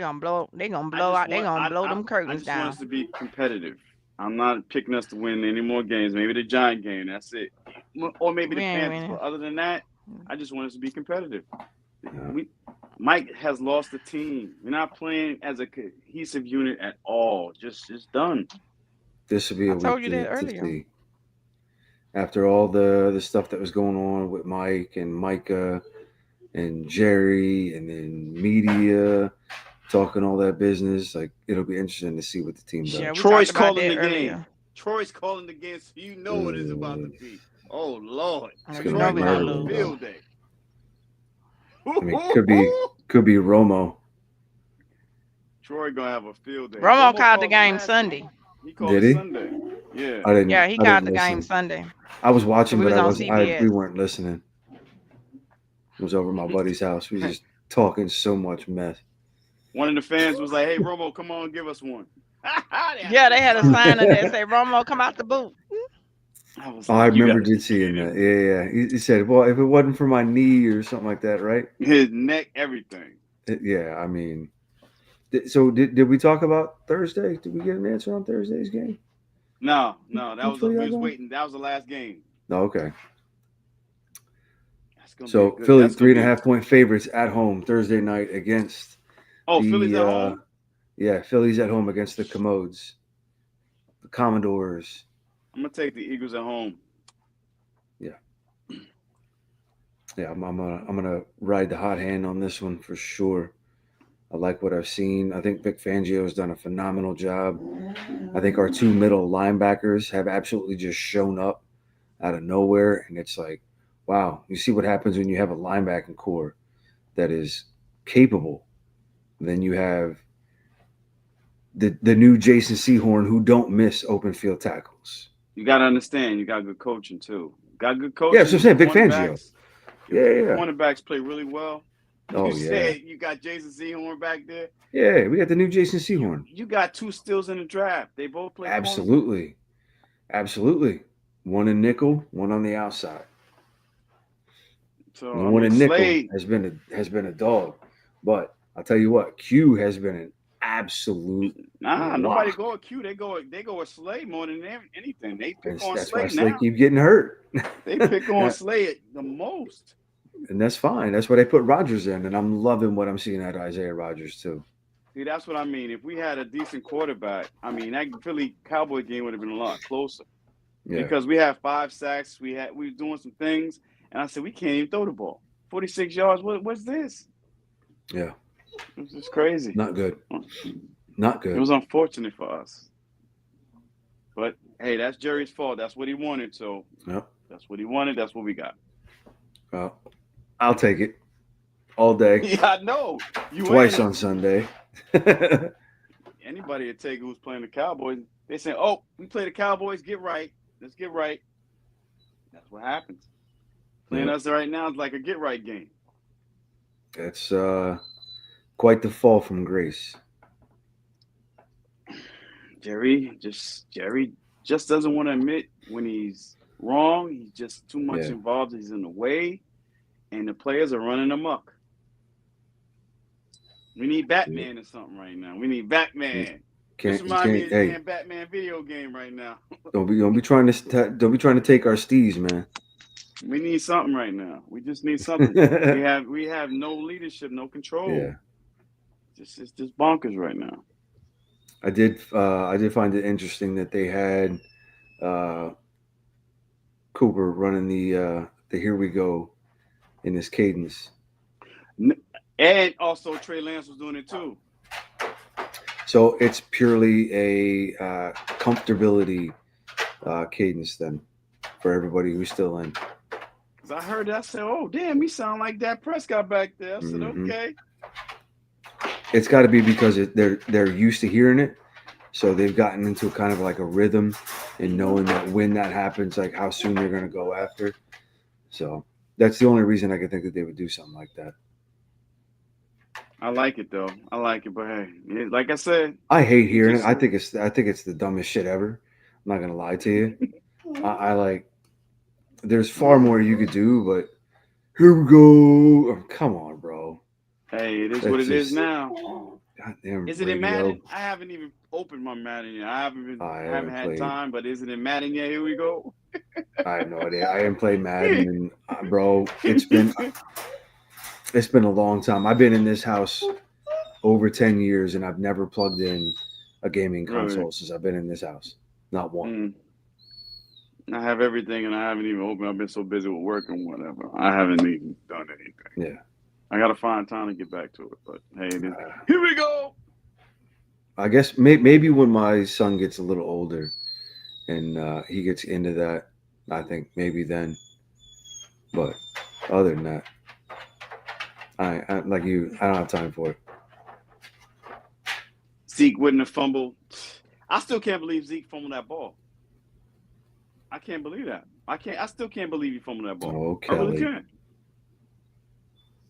I can't believe he fumbled. I was surprised. So that was a punch out, was it not? No, the helmet. That was the helmet. That's when him and the defender went down and the helmet hit the ball, knocked the ball free. It was probably Bond. The thing about it is, oh man, when I saw that, I said, "Oh, we are doomed. We are doomed." I said, "We are doomed. It's done." Because Zeke doesn't fumble in the red zone. I said, "We're done. Yeah, we're done. We have a witch doctor somewhere playing tricks on us right now. We're done." That's why on Monday night, I don't know. We're gonna watch the game and it's like, oh my goodness. Yeah. That's the thing. We'll definitely be watching. I just wanna see some competitive football. That's what I hope. That's it. I am very curious to see how things look on the sideline. Not even just the field, right? Like obviously you want to see a good product put on the field, but I want to see that sideline and what the relationship will be like. Is it going to be ice cold? Is it going to be some sort of work? Like they're going to be able to be adults and work through their issues, or is it just going to be a fucking clown show? Like that's what we got to wait and find out. I wonder is Brandon Cooks. He should be able to play this week. His practice window should be open already. It's been 4 weeks already.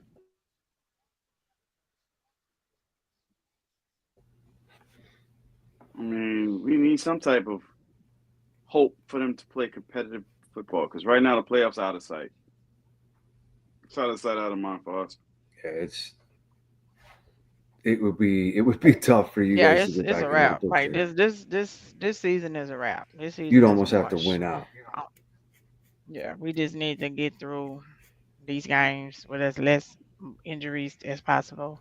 And I do look that this team is gonna look totally different again next year. It's gonna look totally different. Hopefully Overshown will play.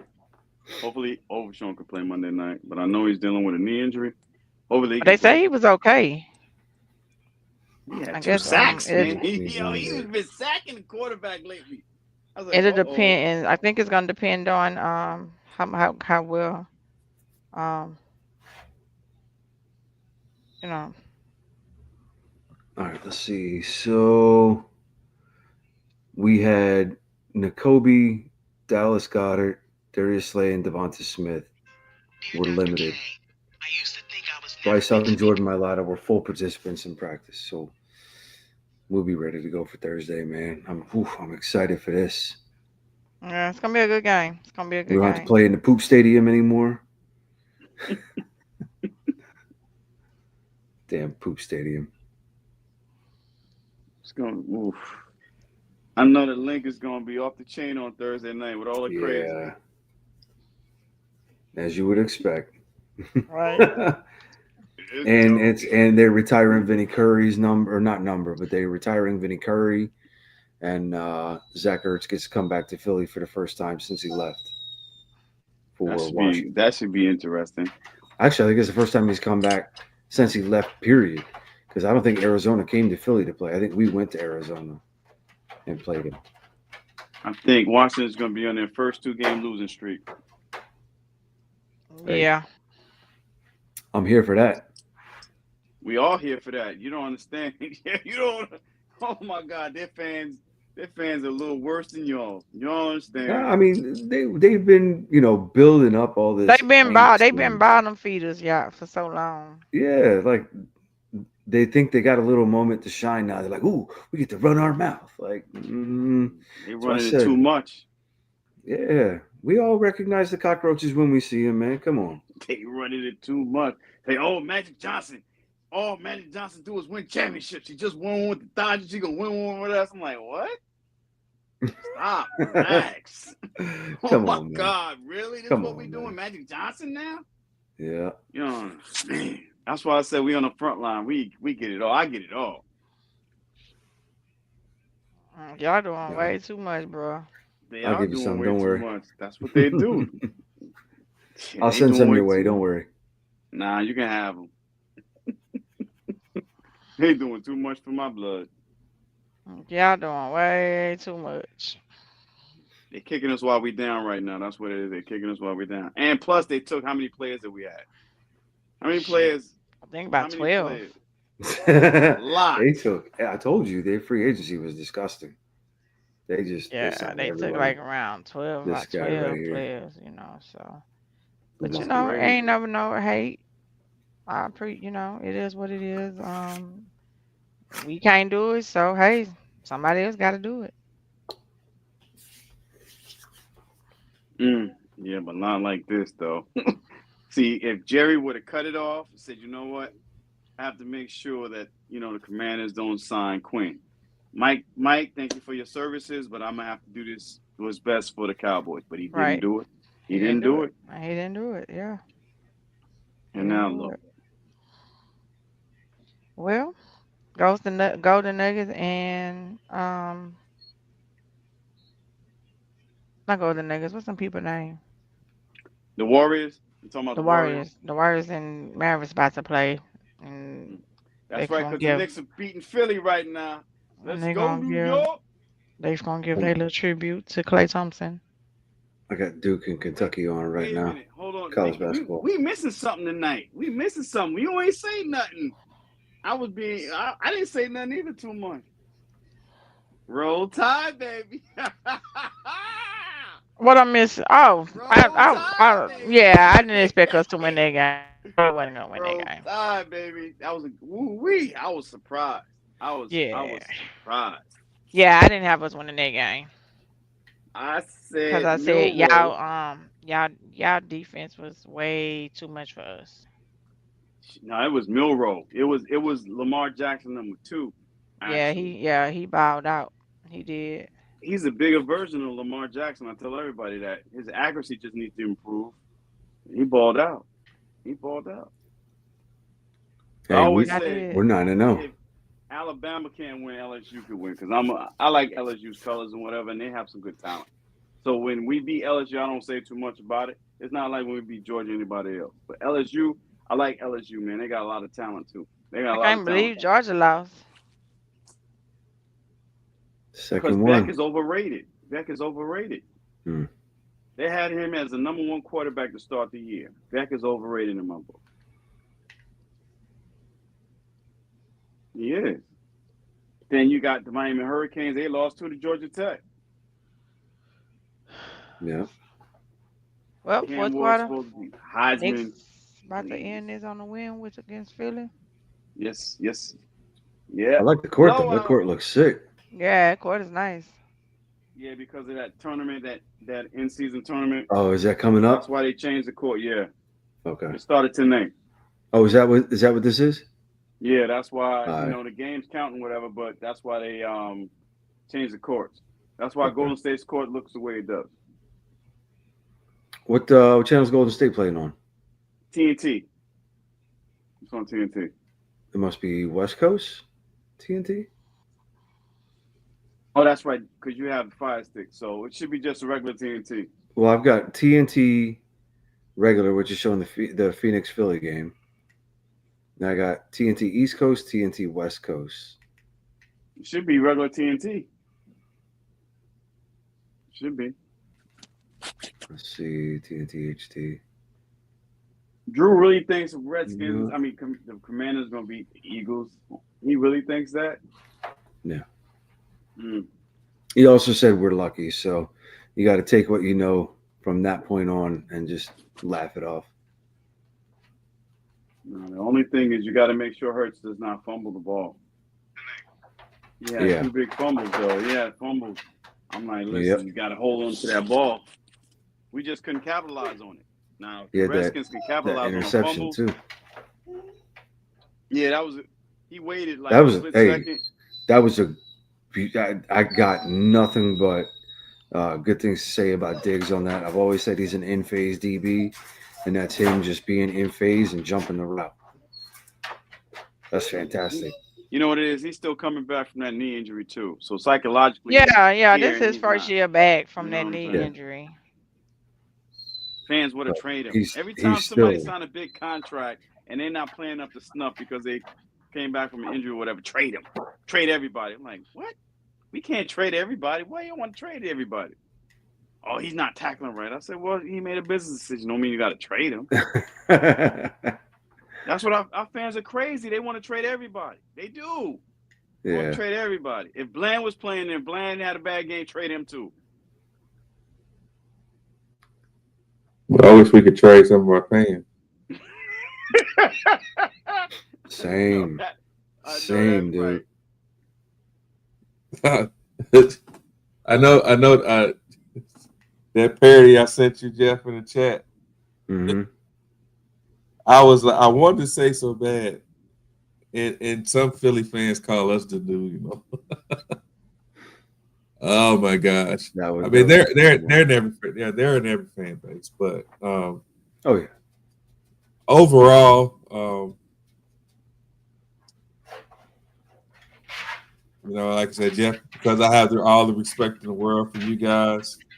I'm not saying that I want the Philadelphia organization to win it, but I'm happy for you as the person that you are. I appreciate that. I'm hoping for a better showing. The Commander fans, boy, they going off the chain. It's getting too much right now. Give them a couple weeks, man. Give them a couple weeks, another couple L's, and they're going to start sweating, and they're going to start dropping off the face of the earth again. Well, they play us in 2 weeks, so that's a win for them. Yeah, I hope y'all And they said they want Dallas. I'm like, y'all want Dallas when we not playing well. Now. Y'all said that same thing a couple years ago, and we smacked y'all, but now y'all want Dallas. We want Dallas. Okay. Yeah, that'll be the game that they lose.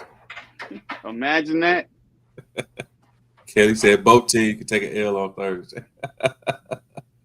Nope. A tie. What if it's a tie? Oh, hell no. You know that happens. Hell no.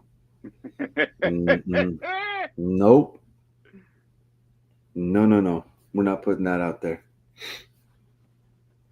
Playing at home is gonna be nice. We're on not Thursday. putting that in. We're not putting that into the environment. You're not putting that in ether, as Michael Irvin would say. Don't put that in the ether. Put that in the ether. Not gonna do it. In my best Ross Perot freaking impersonation. Not gonna do it. All you got to do is run Saquon left, Saquon right, and then go play action pass and go deep to Brown. I want to see how much time he spends under center this week. Because you know when Brown plays, the Eagles don't lose. I mean, when I read that stat, I was like, "Oh my God, it's not wrong. It's not wrong. He plays, they win. I mean, you go 1-on-1 with him, you throw him the ball. You're like, all right, AJ, go get it. It's you. Well, we Smitty had getting even like that 2 too, minutes, though. y'all. What you say, Nikki? So we had our good 2 hours for this for the show. So we can either cut it in, keep talking, or I'm gonna have to Y'all get going. know it's old. Yeah, you know it's old man time. And I got to get up in the morning and do some administrative stuff at 5 o'clock. So I just set my alarm for 4:51, so I can snooze it for 9 minutes to get up at 5 o'clock. So let's I'll be up at let's 5:30. do Right there our with you. shout outs. I mean, let's do our ending, but I don't end the show. I mean, we end the live, but I need y'all to stay on here for just a brief minute. Okay. Go ahead, Kenyatta. You can do the closeout tonight. All right, y'all. Thank everybody for coming out. You was ready for that moment. Nah, listen. Hey, the Knicks just won. The Knicks just won. I'm happy right now. The Knicks won. Hey, listen. I appreciate everybody for coming out to the safe place, safe zone. You know, unfortunately, our Cowboys are not winning. They're not playing up to par. You know, we have our standards, but it is what it is right now. But I love everybody for coming out and enjoying this show. I love participating, talking trash. We don't always agree, but we agree to disagree, which is a beautiful thing, especially in this environment called podcasting. So thank everybody for coming out. Enjoy the Cowboys on Monday. Hopefully we play competitively. I don't think we're going to win, but as long as we're competitive, that's all I'm asking for. Okay. And that's all, folks. Oh, roll Tide, baby. Roll Tide. I'll let you go and get that one in. Roll Tide, baby. Because 2 years ago, y'all beat us. Y'all beat us in McDaniels with that touchdown, two-point conversion. That was it. So we got some sweet revenge. Yeah, y'all did. It's a battle every year, so it is. I like LSU, though. Like I said, if Bama don't win, LSU wins, I'm fine with it. Just as long as Georgia doesn't win. Well, what about Notre Dame? Notre Dame's overrated. Need them to take an L against the Army. They overrated. They don't want to be in a conference either. They want to be independent. They overrated. Hey, they making that money. Right. Yeah, I need Army to beat them so Army can get in a playoff spot. They're not gonna beat them. No, it's a possibility, man. You think so? It's just, it's a stretch, right? But there is a possibility. If we beat Notre Dame, we play that's very classy. Navy for the Commander-in-Chief trophy, and then the following week we play them for the conference championship, and then at that point we could have a potential bid into the playoffs. Hey, damn dog over here whining like crazy. He would tell you to be quiet about that Notre Dame stuff. No. He wants to go out. I gotta let him out in a second. Notre Dame. Right. They work. That's like Miami. All right, what you got going on, Nikki?